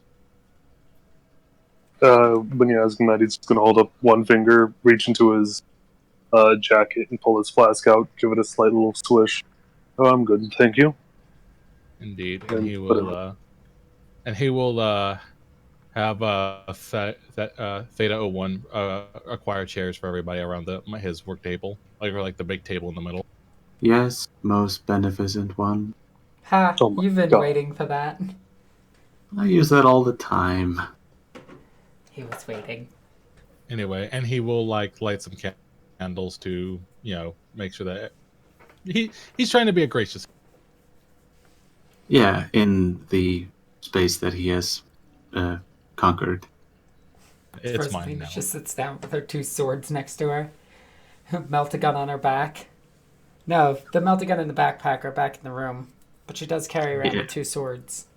Yeah, that's just a bit too much. Indeed. I'll look around for a moment. Would Alma have gotten there? Amma is the last one to show up, and he knocks on the door, which Larisian closed behind him. It just closes it in his face. And as Alma makes his way through, Tarbok will immediately shut it, and lock it, and say, "All right, we have been gathered. Rosalina, how's the sword been handling now that it's been field tested?" Sword's still a little bit unbalanced.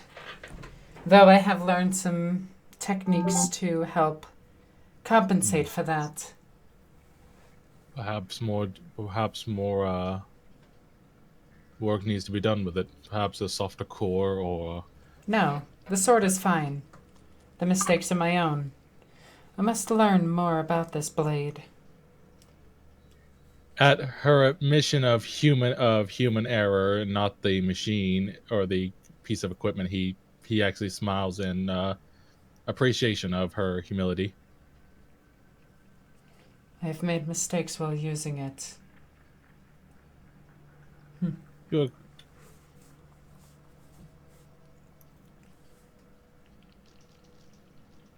You will you are a good swordswoman. Your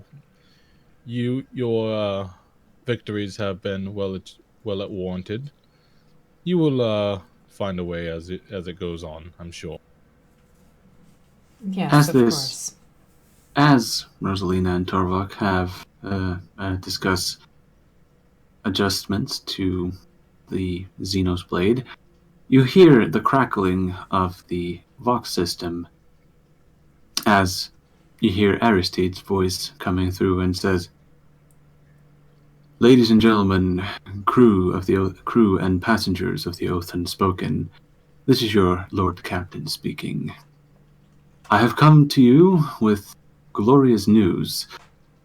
I have proposed to Dr. Thalia Polonia, and she in turn has graced me with the news that she is with child. You are all invited to celebrate with me in the Drunels, and I will have arrangements made to accommodate everyone. Aristide out." At this news, Tarvok turns to to where no one's facing and spits out the wine. Rosalina smiles. I'll smile back at Rosalina with a very beaming smile. Aristide's just going to be like, or I guess everyone who's there, if could I ask to make an awareness check because Tarvok's to notice something about Tarvok? Yeah, I'll make an awareness. But I have bad news for you about my awareness. Or if you, Rosalina, you notice that Tarvok, where you would expect him to be clapping his hands in joy, he looks like his heart just fell into his legs.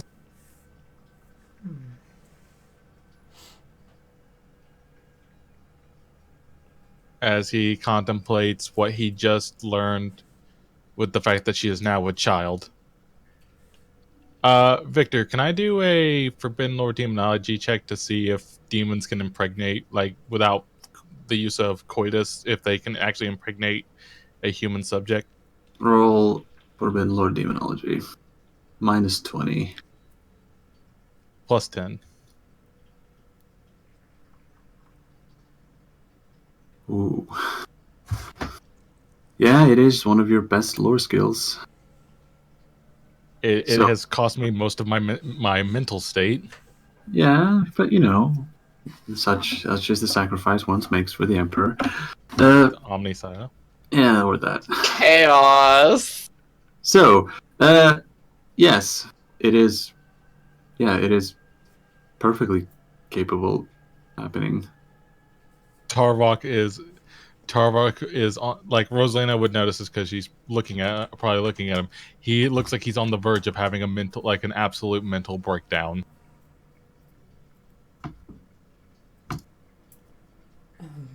Tarvok, are you okay? No, I am not. I know, the news caught me a little bit off guard as well.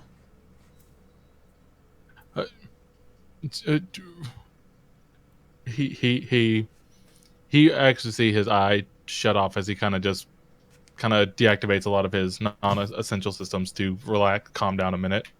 I'm gonna look over at Tarvok very slowly now. Tarvok, is there something wrong? With that, he'll light back up and say, nothing at all. And he puts his hands together and says, congratulations, Polonia. I'll smile at you and say thank you. Oh, and for the chat really quickly, this has actually happened in the lore. It was one of the original plots for one of the Fabius Bile books, and it's mentioned in Demonifuge. Okay, continue. Is there dissenting voices in chat? Oh, they just thought it was lore and friendly, and I'm like, no, it is. It is. It is completely lore friendly. Yeah, demons can totally impregnate people. Yeah, I am actually going off of something else, which is the fact that Warhammer Fantasy demons and Warhammer 40k demons follow the same rules. For the most part, yes. Yeah. So, in that case, it's lore friendly. Anyway, continuing. Yeah, This- Knight, you were saying, or actually, who was speaking? This puts us at a very interesting spot. I'm going to have to discuss with Lord Hunt how we may proceed about this. Lord Hunt may wish to what is the word I'm looking for? Not associate. Discontinue. Disavow? Decommission. Decommission. May wish to decommission Polonia from action. Wait, like, take her apart? No, just take her out. Yeah, no, that's not what decommission means. Decommission means to, like, relieve someone from service. As in, she had an inquisitorial commission before, and now she's losing it. Sorry, I was thinking of, like, ships. Deconstruction. No, I was thinking of decommissioned ships that get, Victor! like... I mean, a decommissioned ship Are they doesn't not? Are they not scrap? No. No, they just got left in a harbor. Some of them got sold. Or turned into museums. Fair enough. Or even sold to civilians. That too. That sounds nuts. Well, wanna they buy a put battleship. they put all like concrete in the cannons and everything. Oh, yeah. But or anyway, not. Anyway, decommission Polonia. Fair enough. if that's the case, then Polonia will fall under Lord Hunt's orders. Though I am going to protest any action of moving her away from this ship. I think staying aboard this vessel is the ultimate end goal for her. Well, Aristide is going to be my husband. Yes. And This locks you in a very interesting scenario. I will have to discuss this matter further with Hunt. Tarvok will kind of tap his chin for a minute and say, and having a former acolyte as the betrothed to a, and bearing an heir of a rogue trader dynasty may come in handy in the future as an asset. So, and Hunt is not a cruel nor stupid man. I feel like he would find this course of action to be the most logical. On the off chance that he does wish to come aboard the vessel and perform a mind wipe on Polonia, that might also be more beneficial. Though I doubt such things are going to be implemented. I don't think that would be healthy for my psychology, especially considering I'm going to look at Tarvok and then look down and say it could be damaging to a very important individual.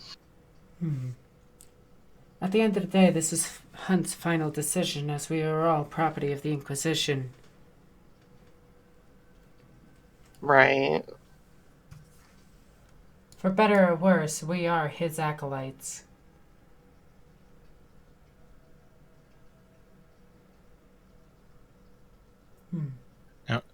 And with that, he kind of looks to you and smiles and says, at least until the time in which you are fully vested, I'm sure. He kind of lifts his glass to you. I'm not sure what you mean. My life is in his hands. He orders, I obey. Until the time you are a full Inquisitor yourself, in which case you will be serving no one but the Emperor. My life is service. But Rosalina, this might not be the appropriate environment to ask this, and if so, I apologize, but I'm going to look over at you and say, What would you do if Hunt asked you to do something that would harm Riza? Ordered you to do it?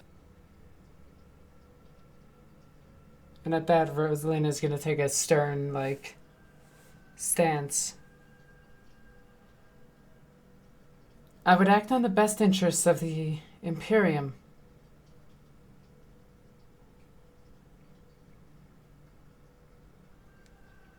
And at that, You note a slight tinge of doubt in Rosalina's voice.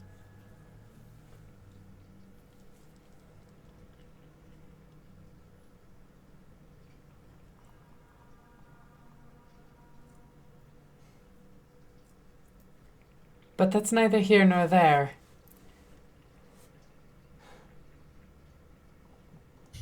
I am proud Right. of you, Polonia.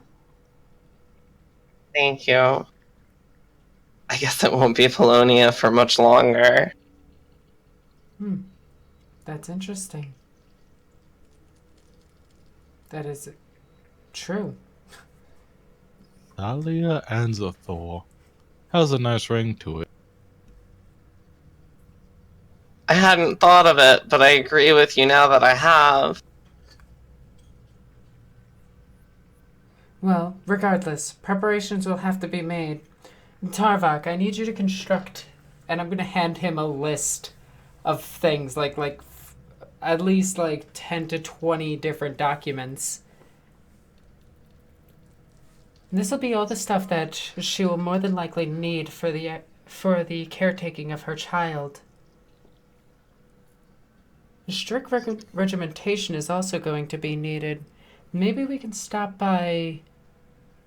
We could possibly stop by and pick up some teachers and some tutors for the child once it's born. Oh, I have more than enough knowledge to educate her. Or him. Until they're at least... Well, until they're ready to head off to Scala themselves, I'm sure I can handle it. Of course. I do not question your abilities, though I do think a caretaker may be in order. An additional caretaker. Well, I trust your advice. You might be right. It's what I did for Riza. I suppose it's a lot to handle. Tarvok will actually walk over to his work desk and actually pull out some old documents as he goes over them. For anyone who notices them as he puts them on the table, they're actually what look to be like toys, because Tarvok used to be a toy maker. Aw, that's cute. Yeah. Yeah, it is. There were no toys on the research station, so he had to design them and create them himself for Laura when she was being raised. That is cute. A father provides. So, after everyone refills their glasses and give toast to Polonia's new... Thalia Anzathor. Indeed. Hear, hear. And Rosalina's actually going to raise her glass to that as well. And everyone downs their respective drinks. Yeah, you roll this and raise this flask. Yes. So, the next few days aboard... Yes, Polonia is able Looks to... like I hold it together for those. Yeah, she does. Oh, can I do one more quick thing? Which is... Well, it involves Noble. Yeah? As we leave that meeting location, Rosalina's going to return to her bedchambers once more. And once that's over, Lucian will take a good minute and then go talk to Rosalina.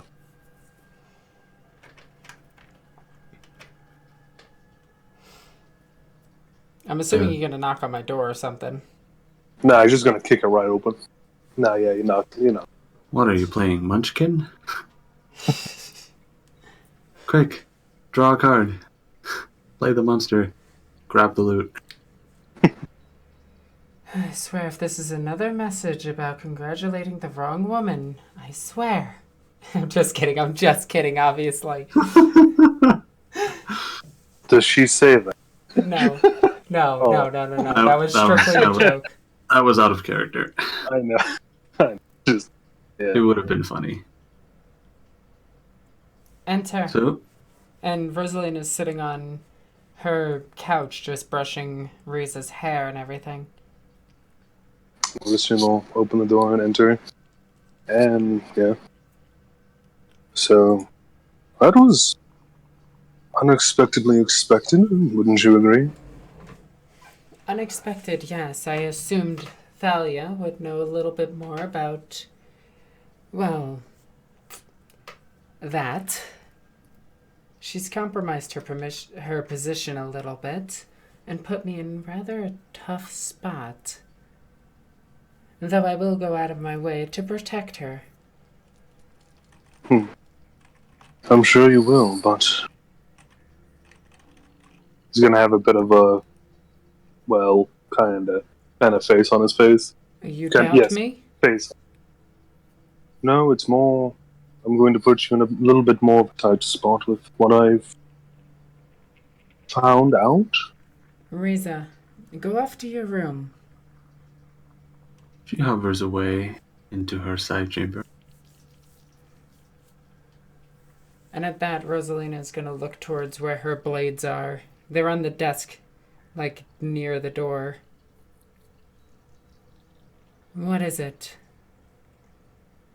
Well, do you remember the vessel we found under Tesolium? Yes, the one that went critical. Exactly. Well, I've been keeping tabs on it, and well, let's say a bird told me some rather startling news. The entry's in trouble, apparently. Seems very urgent. We have to drop off the Saint first, and then we will return there.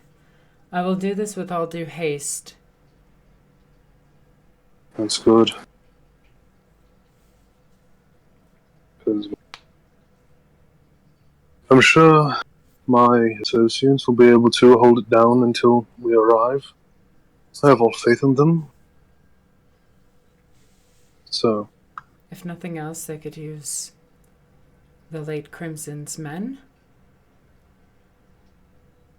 they could.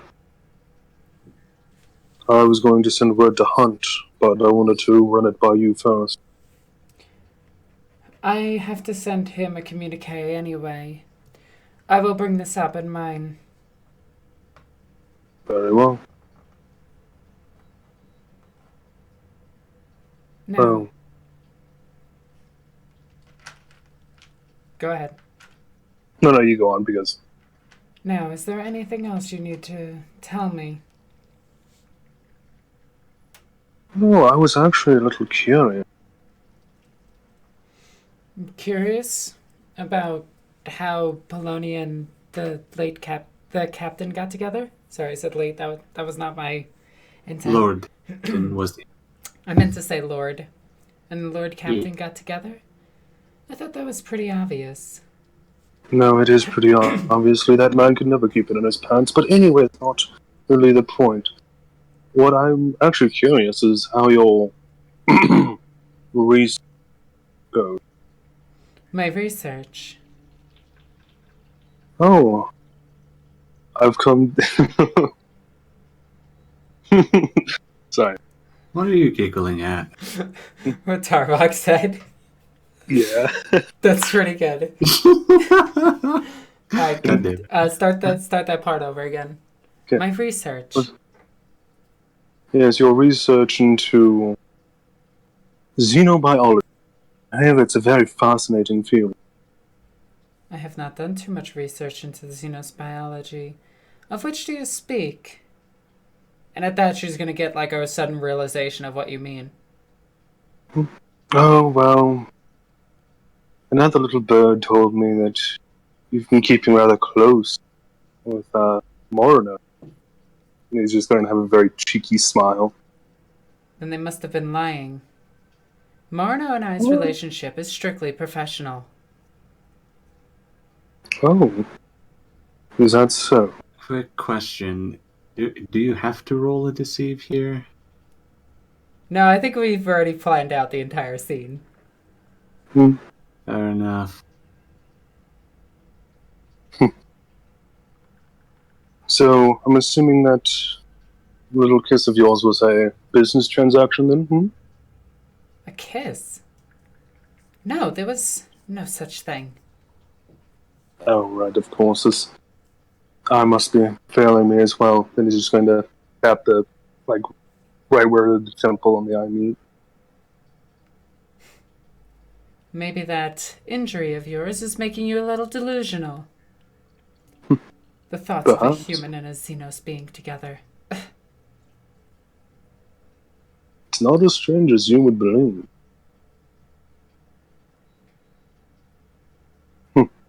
No. It is. It is heresy for us to even think or even openly talk about this. Not if you're of the appropriate circles, though. I do not care to entertain your delusion. I see that you are fetishizing me with Morino. You may need to go down to the ecclesiarchal centers and ask for purification.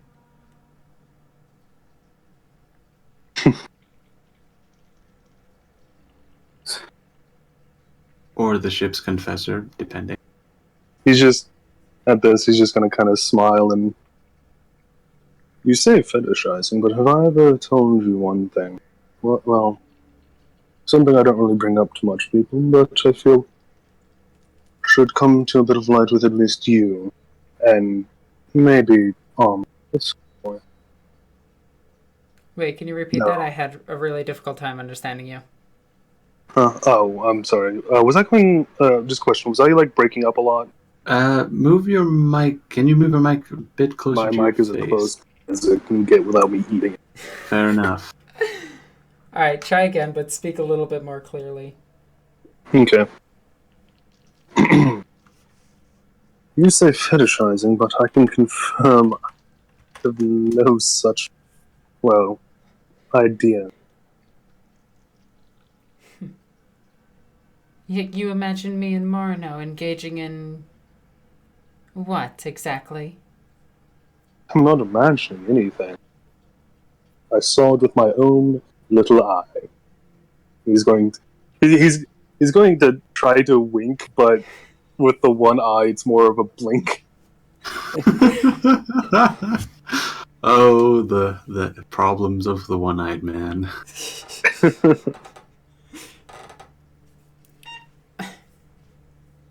You don't have to be so, tight about it. It's... As I said, you must have hallucinated the event. Mm-hmm. And if this did happen, pray tell where. Outside the training cages. And at that, Rosalita's just gonna be like, crap. Now she definitely needs to roll a deceive to see if she can hide her expression. Yeah, nailed it. Actually, no. Yeah, you need to roll scrutiny against fellowship. Bad to say, I'm not out of this yet. He spends all of his fate points to get it. I have 5. You'll just Don't throw them tempt down me. the drain. Rosalina already spent hers. You know what? What? I'm doing 2. Oh my god. Spending 2 for a plus 20.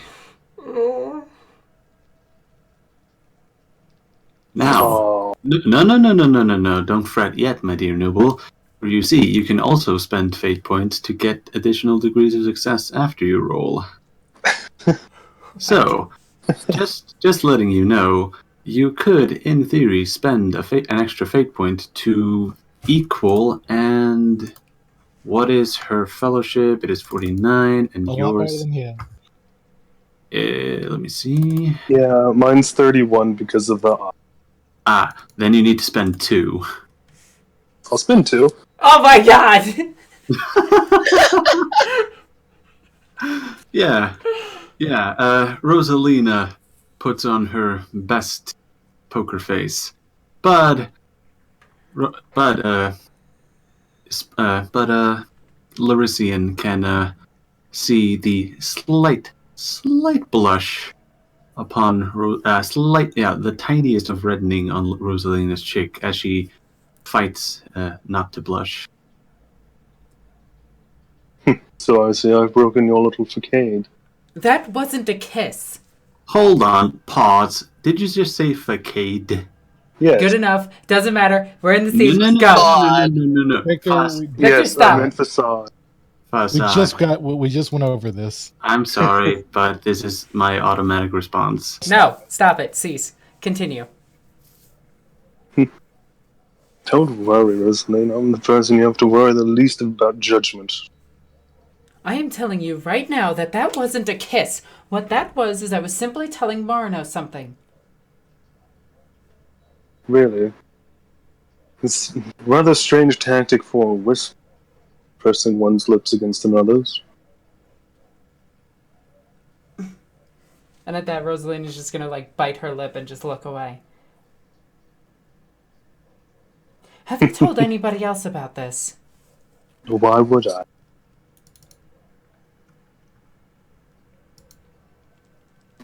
Oh, I am. If I had a fate point left, I would erase your mind. Oh my god. Is it bad that I want to? But he's just gonna, he's just gonna smile. It's The voice actually, making thing. I think it's actually been too long. It's been too long. Yeah, you would have to use way too much psi rating to get him. And at that, No, I I was was- just gonna, look down for a second and just be like, it was simply an exchange between two professionals. So you say. And at that, Rosalina's just gonna, sit down and pout for a second. And where were you when you saw this? Were you spying on me? No, I wasn't spying, though. I have to say I'm rather good at spying with my little eye. Something beginning with K. Yeah. Every kiss begins with K. Oh my god, I hate you all. I do. Speak nothing of this to anyone else. So I can't bring it up at my next book club meeting. And at that, Rosalina's face is actually, kind of red. Besides, nothing. Oh, besides? It would never work. Oh, you say so, but I've seen it work before.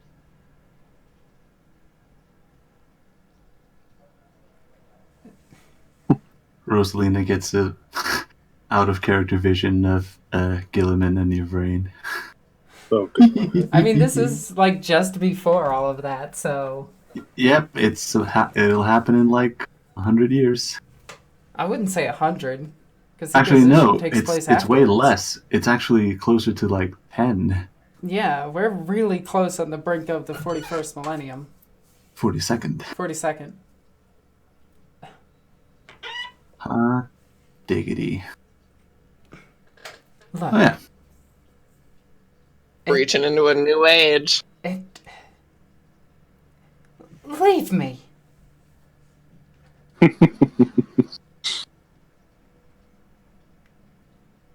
You said leave, right? Yes. Okay. And then he'll theatrically bow and then turn to leave. But as he opens the door to leave, he's just gonna look like, if you ever need to talk about such, I'm sure I can well, be of much assistance to you. I I've done know- my own. I know more about. Wait, no, get out! And then he leaves with the biggest grin on his face. Indeed, as Rosalina Rosalina's just sits down doors. and pouts again. Indeed, as the door shuts behind Lorisian, he takes he looks from side to side, and as he blinks, he couldn't help but notice that he saw the shadowy outline of a figure standing in the shadow of one of the bulkheads, but when he blinks, it is gone again. Could he roll knowledge? He Roll could. awareness. Well, actually, hold on. I need to know what knowledge you have. You have none that matters. Oh. Laughs Okay. in Tarvok.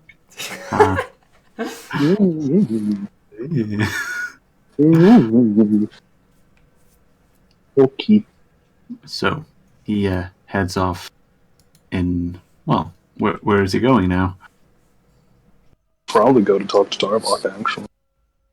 Oh, in that case, he heads back down into the archives, Well, where I'm sure before Tarvok is still. just this is kind of to coincide as like they're talking. Mm-hmm. After they've kind of cleared out, the door is locked again with Polonia and Tarvok will look to her and say, "You're pregnant." Yes, that was the news I was talking about, and that was the physical ailment I was alluding to. Thalia, I'm going to be blunt with you, and I need you to be truthful to me. Did that creature do anything to you, touch you, leave any mark on you? And he's stumbling over his words, but you can tell he's extremely panicked right now. I'm gonna blink and look down, and then look back up and say, I hadn't even considered that. I wasn't even thinking about it when I got sent over there. Did that thing touch you in any way? His eye goes like a No. bright red. The only thing that could even come close was the ethereal smoke that wafted around Polonia. I'm going to, with Thalia's permission, hold up the aethoscope one more time, specifically pointed at her. Yes. I'll let him. As Tarvok tunes the etheroscope, there is unfortunately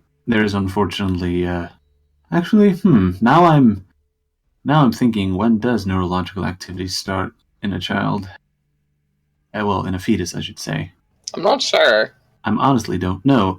Isn't it like 3 months? Isn't it like 3 months when it starts developing? I don't know this. I'm pretty Well, sure I'm not looking for neurological activity. I'm looking for the taint of the warp.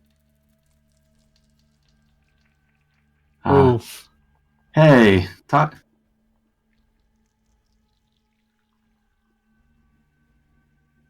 Yeah. 4 weeks. Yes, 30 at this point.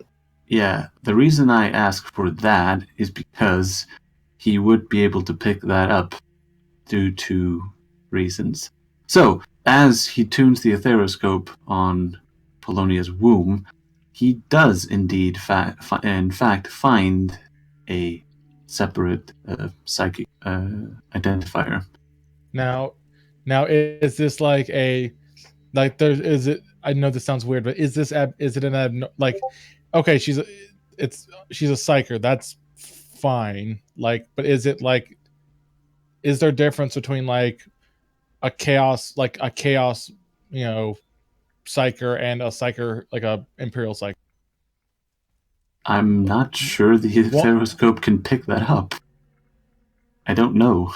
We are in completely uncharted territory now. Well, you better start charting, Captain, because this is important. Are you ready, kids? Yes, give me an answer. I don't know, and neither do you. That's a good answer. You're a good captain.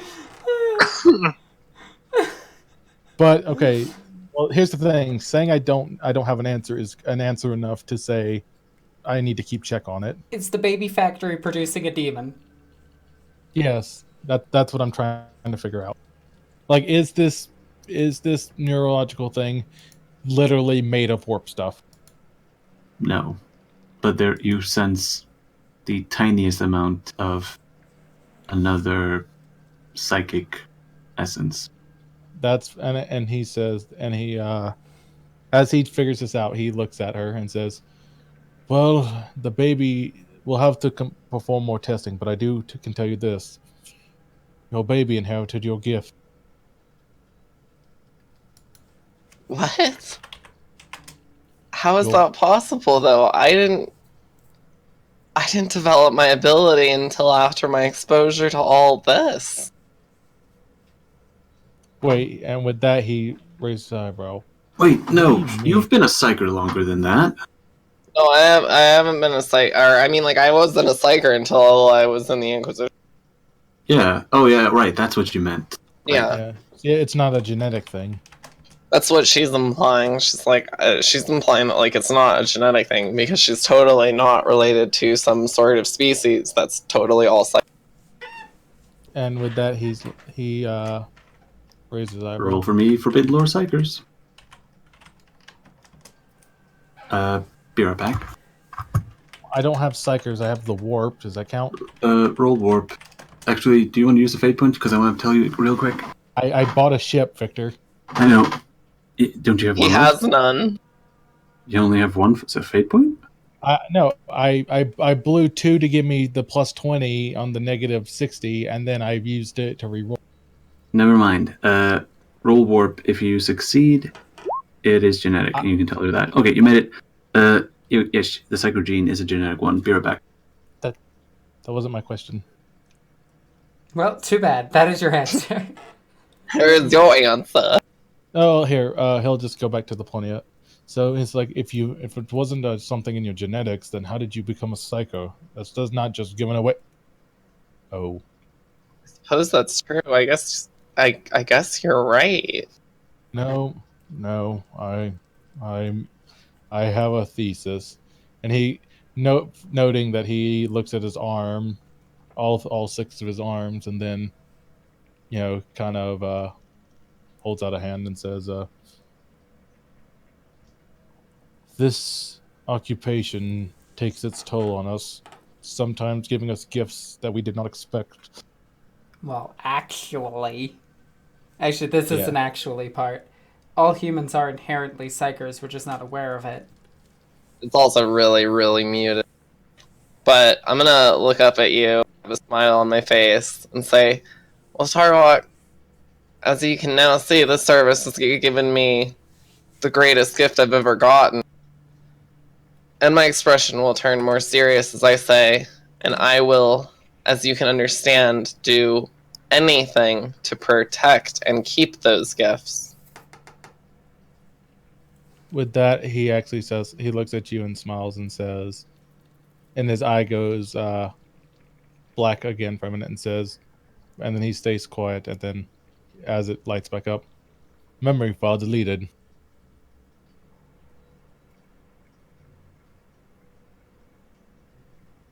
Oh, Polonia, did you need something? No. I'm gonna look down solemnly and stand up and walk towards the door. Before you go, Yes. congratulations. Thank you, Tarvok. Congratulations. Congratulations! Anyway, I Yeah, have so to do the Evangelion reference every now and then. Oh, it makes me so happy. It's the congratulations I always wanted. Yeah, so Tarvok just kind of cleared his mind of that entire conversation. for your safety. Okay. And he unlocks the door. And we have to wait for our GM to get back. Yes, because then I got apparently Nooble's coming to visit. Well, let's get a rousing speech out of Amma. Alright. Is everybody going to note the fact that she said arousing? Rousing. Like on different whiteboards. Also, Yeah, but the way she said it was... Yeah, my accent messed that word up. Oh wait, so does this like I was really worried. I was really scared. I probably shouldn't say that. I'll type it in Queen's Court chat. Well, I will say that as I see you on my way out, Lurisi, because I assume I do see you as I'm heading away from Tarvok. I'm gonna look at you and say, "Oh, Lurisian, we should talk later. I might be able to help you out." Oh, in what manner? Well, I can't imagine you like going around the way that you are, and I am a very competent surgeon. Oh. Well, actually, it's funny you mentioned that. I was going to talk to Tarvok about a replace... A what? Replacement, you know. So he's going to kind of just tap the eye patch. Oh. Well, if you want a replacement for this, and I'm gonna nudge in my nose and say, well, I'll let you talk to Tarvok. We can discuss that at another time. Oh, right. I hardly noticed it anymore. Well, I think it'll be best for the rest of us. And I'm sure you won't oppose, or aren't opposed to it. And with that, I am going to walk off. You know, continue on to go to Dr. Tarvok. And I mean it. We're having a private talk later. You and me. Okay. That doesn't sound threatening at all. In an alley. With a knife. In a dark At 2 a.m. with my big tall friend over here who's in a coat. alley. I'm just gonna give it to you. Yeah, give it to you. Wait for you. He's not going to even wait for you to get it on your own. He will, in fact, deliver it to you. You'll be in your room, and it will be knocked off, and the door will open, and it will, in fact, be real, with, in fact, non-stop pop-up, and stainless steel. Are you done yet? No, I heard he's going hard getting busy with it. Oh my goodness. Well, I mean, he does have such a good heart that he makes people wonder I'm sorry. I'm not sure if I get the whole picture. Can you go more into detail? No, because then we might get canceled. Oh. Like the first verse is fine. Verse 2 is very explicit, urban. Okay, can we just mention the fact that Rosalina is now known to be sleeping with an Eldar? Yeah, it's already on Instagram. But Alexis, that's heresy. That's what Rosalina said. She's like, I'm gonna die for this. Is it bad? You are gonna die for it. I'm worried that Tarvok's gonna need to invest points into trade demonic gynecologists. You know what's really interesting is Polonia is psi rating 6 now with like the biomancy tree, and she's a surgeon. Think about what she could do with her psychic ability and her knowledge of your anatomy. Look. I am back, but I will be muted with my mic due to eating dinner. All right, But I can answer questions when it comes up. All right, well, Nooble just walked into the club, as it were. Like, what up? You got a big C? No, stop that. No, so the door opens and Tarvok is back at his desk, like writing stuff. Fair enough. You two handle that. I will listen in. Is Lord Creepy of Crawleyville accepting visitors currently? Theta 1. Oh, he will send a call, and Theta 1 will hand you a slip of paper that has the number 1 on it. And with that, he will ring a bell. Next. Rather efficient as always, he says as he approaches. So, Take a seat. oh, it's business. I like a man who's straightforward. I don't And think you also- like. He says, "I never took you for a man who liked anything about a man straight." Fair enough. But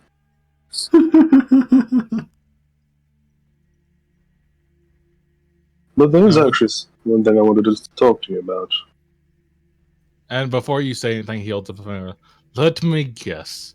You want something from me. Actually, no, I had information from you.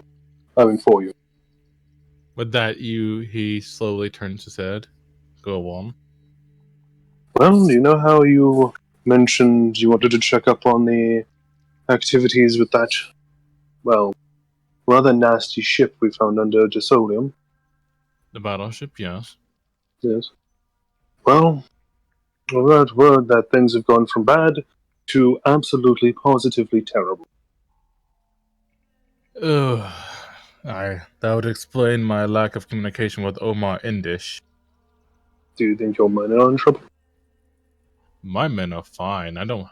Although this might harm my issues with reinvigorating the gantry, but nothing that can't be solved with population control and an excursion back down there.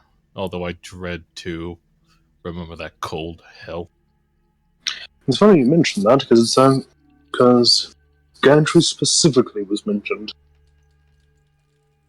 Yes, that was what I was fearing. Yes. That means we'll have to deal with Katie and Niels again, isn't it? Yes, I know how you so adore her. I'm sure you're looking forward to it. Oh, Rosalina will handle it, I'm sure.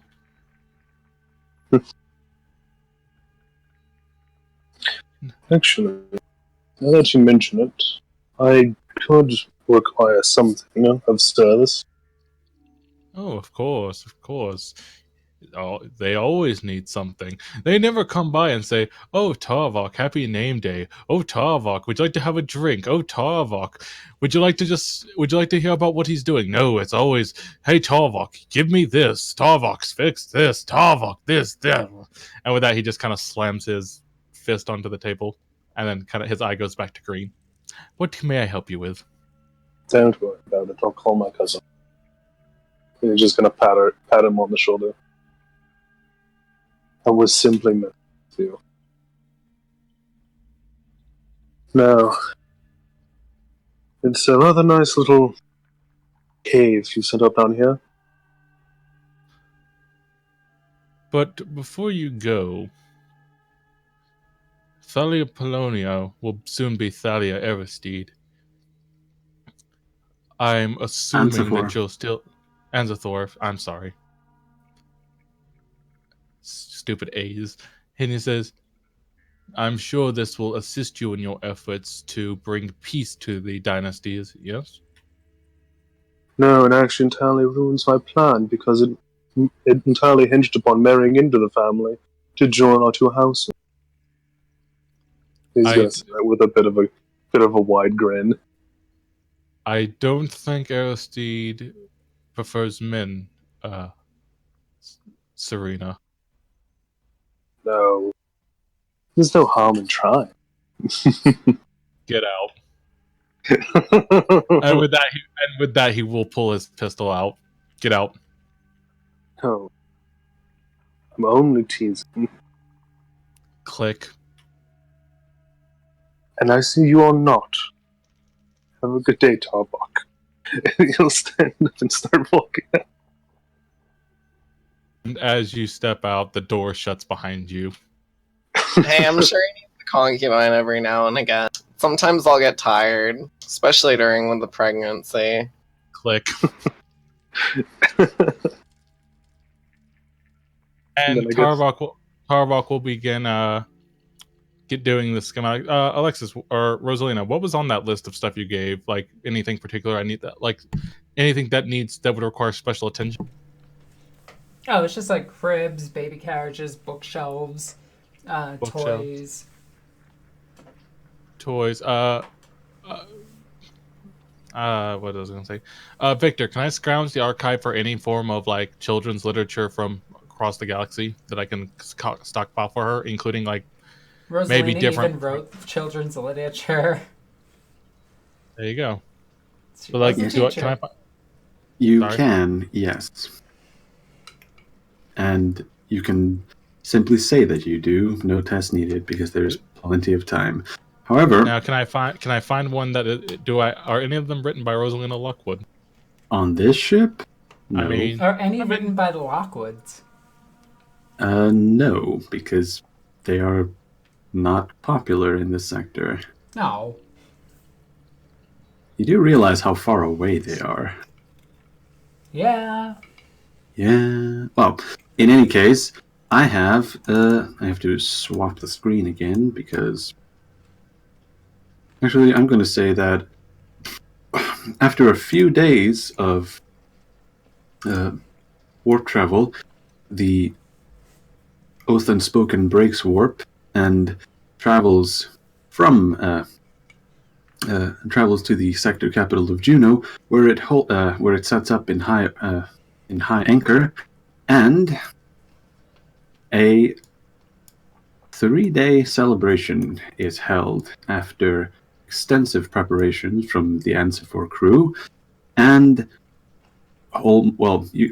anyone that attended could have easily said that the entire ship was probably present at one point or another, as vast amounts of food and drink are consumed, songs are sung, dances are danced, and there is a unusually high amount of merriment aboard the Oath Unspoken, Oh, considering its I usual role as a pilgrim carrier.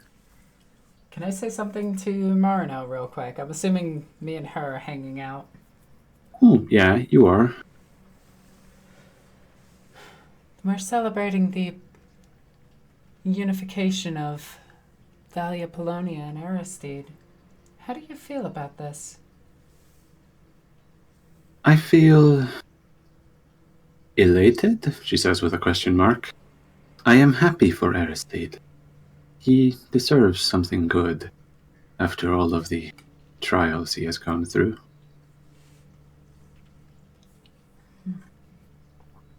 I can agree. But switch Aristide with Polonia. She is too fragile for my line of work. She seems to be doing just fine. Physically, yes, but emotionally, she's torn. My end goal for her was to always get her away from this. Well, does she have an excuse now? Without a doubt. I haven't sent word to our master yet. Isn't that your master too? Of course. I'm sure he will be understanding. Let's hope. Yes, you humans, you do so rely on your hope. It's all we have in a sea of darkness. Yes. And we don't. And you see a melancholy come over Morano. It is she seems to be exaggerating it in order for Rosalina to get the hint. You got me? For how long? 200 years? 300 years, if I'm lucky? And then what?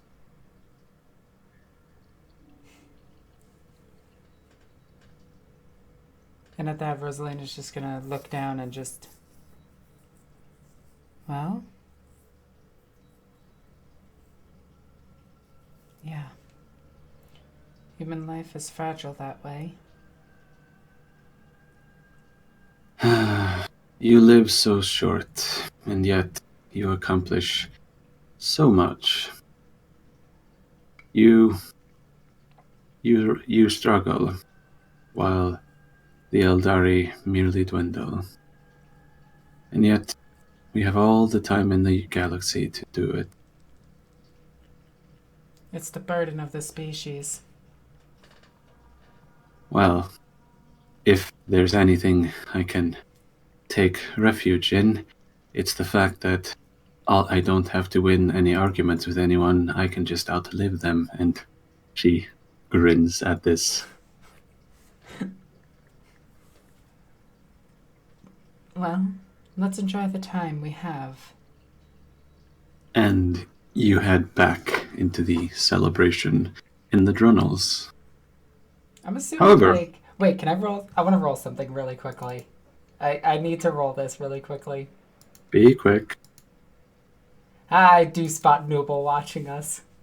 Hold on. Opposed stealth. No. Damn. Last Yeah. fate point, boosted. No. Yeah, you equaled and won. So, Rosalina has a sneaking suspicion that Larisian is watching, but she cannot see him, which annoys her. Speaking of which, that would be Nibble. After the after an evening's festivities, Larisian. Wow, Nubel isn't in the game. Larisian retires to his to his quarters, and as he falls asleep, I'm guessing he was drinking a lot. It's Larissa. Yes, he was drinking exuberantly. What did I say? Huh? Drinking a lot. Yeah, He isn't drinking a lot. Yeah, he's a lot.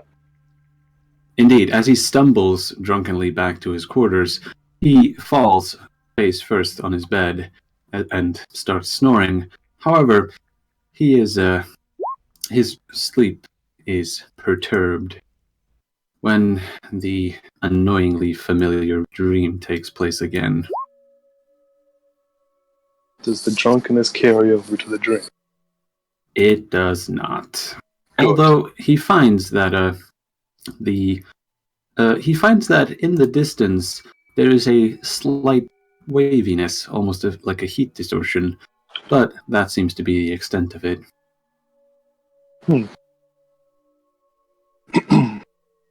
He's gonna look around for the for the familiar man. And he sees him standing on the other side of the pond, and he makes a motion for him to approach. For Larisian to approach. He's on the other side of the pond? Yes. This is unusual. He usually pokes up and moves when you're not looking. Yeah. And he'll walk around.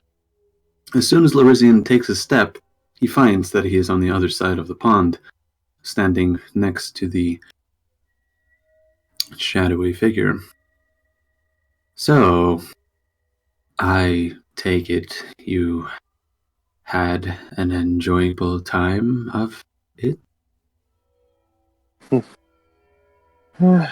You'd say enjoyable, but in a sense, yes. Good. I have come to offer you another deal. And that being? There is a complication, something that the fates did not foresee.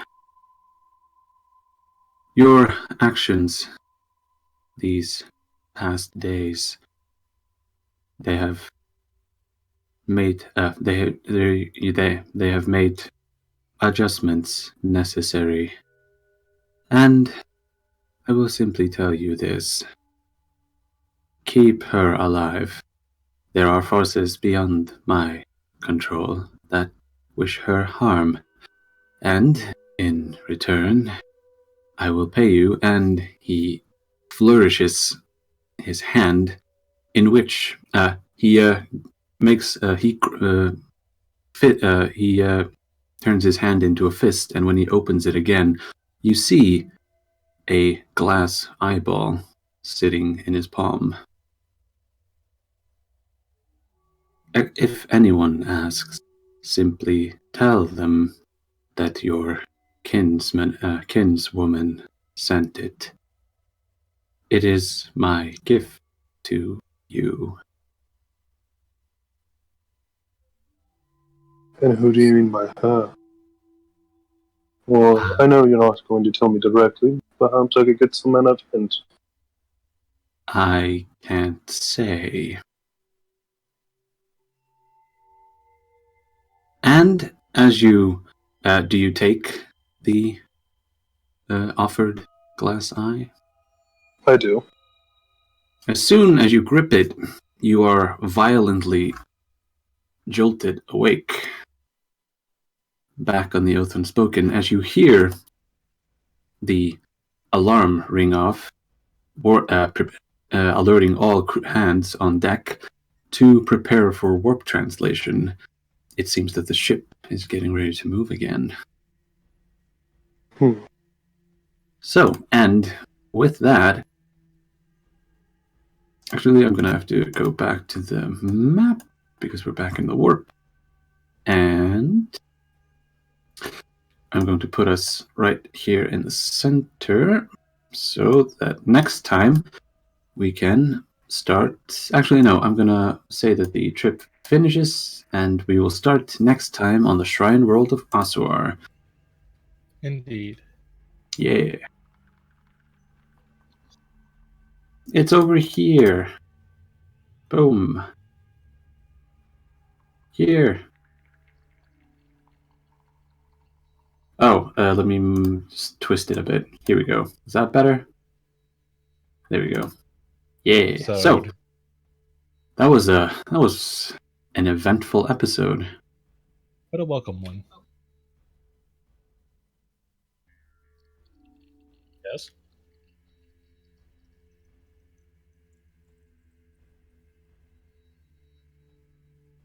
So I've been told. You mean Love, Death, and Robots? Okay. Hi, Kingpin. How are you doing?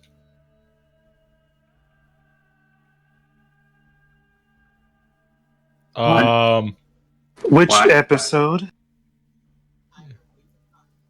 Yes, ma'am. No.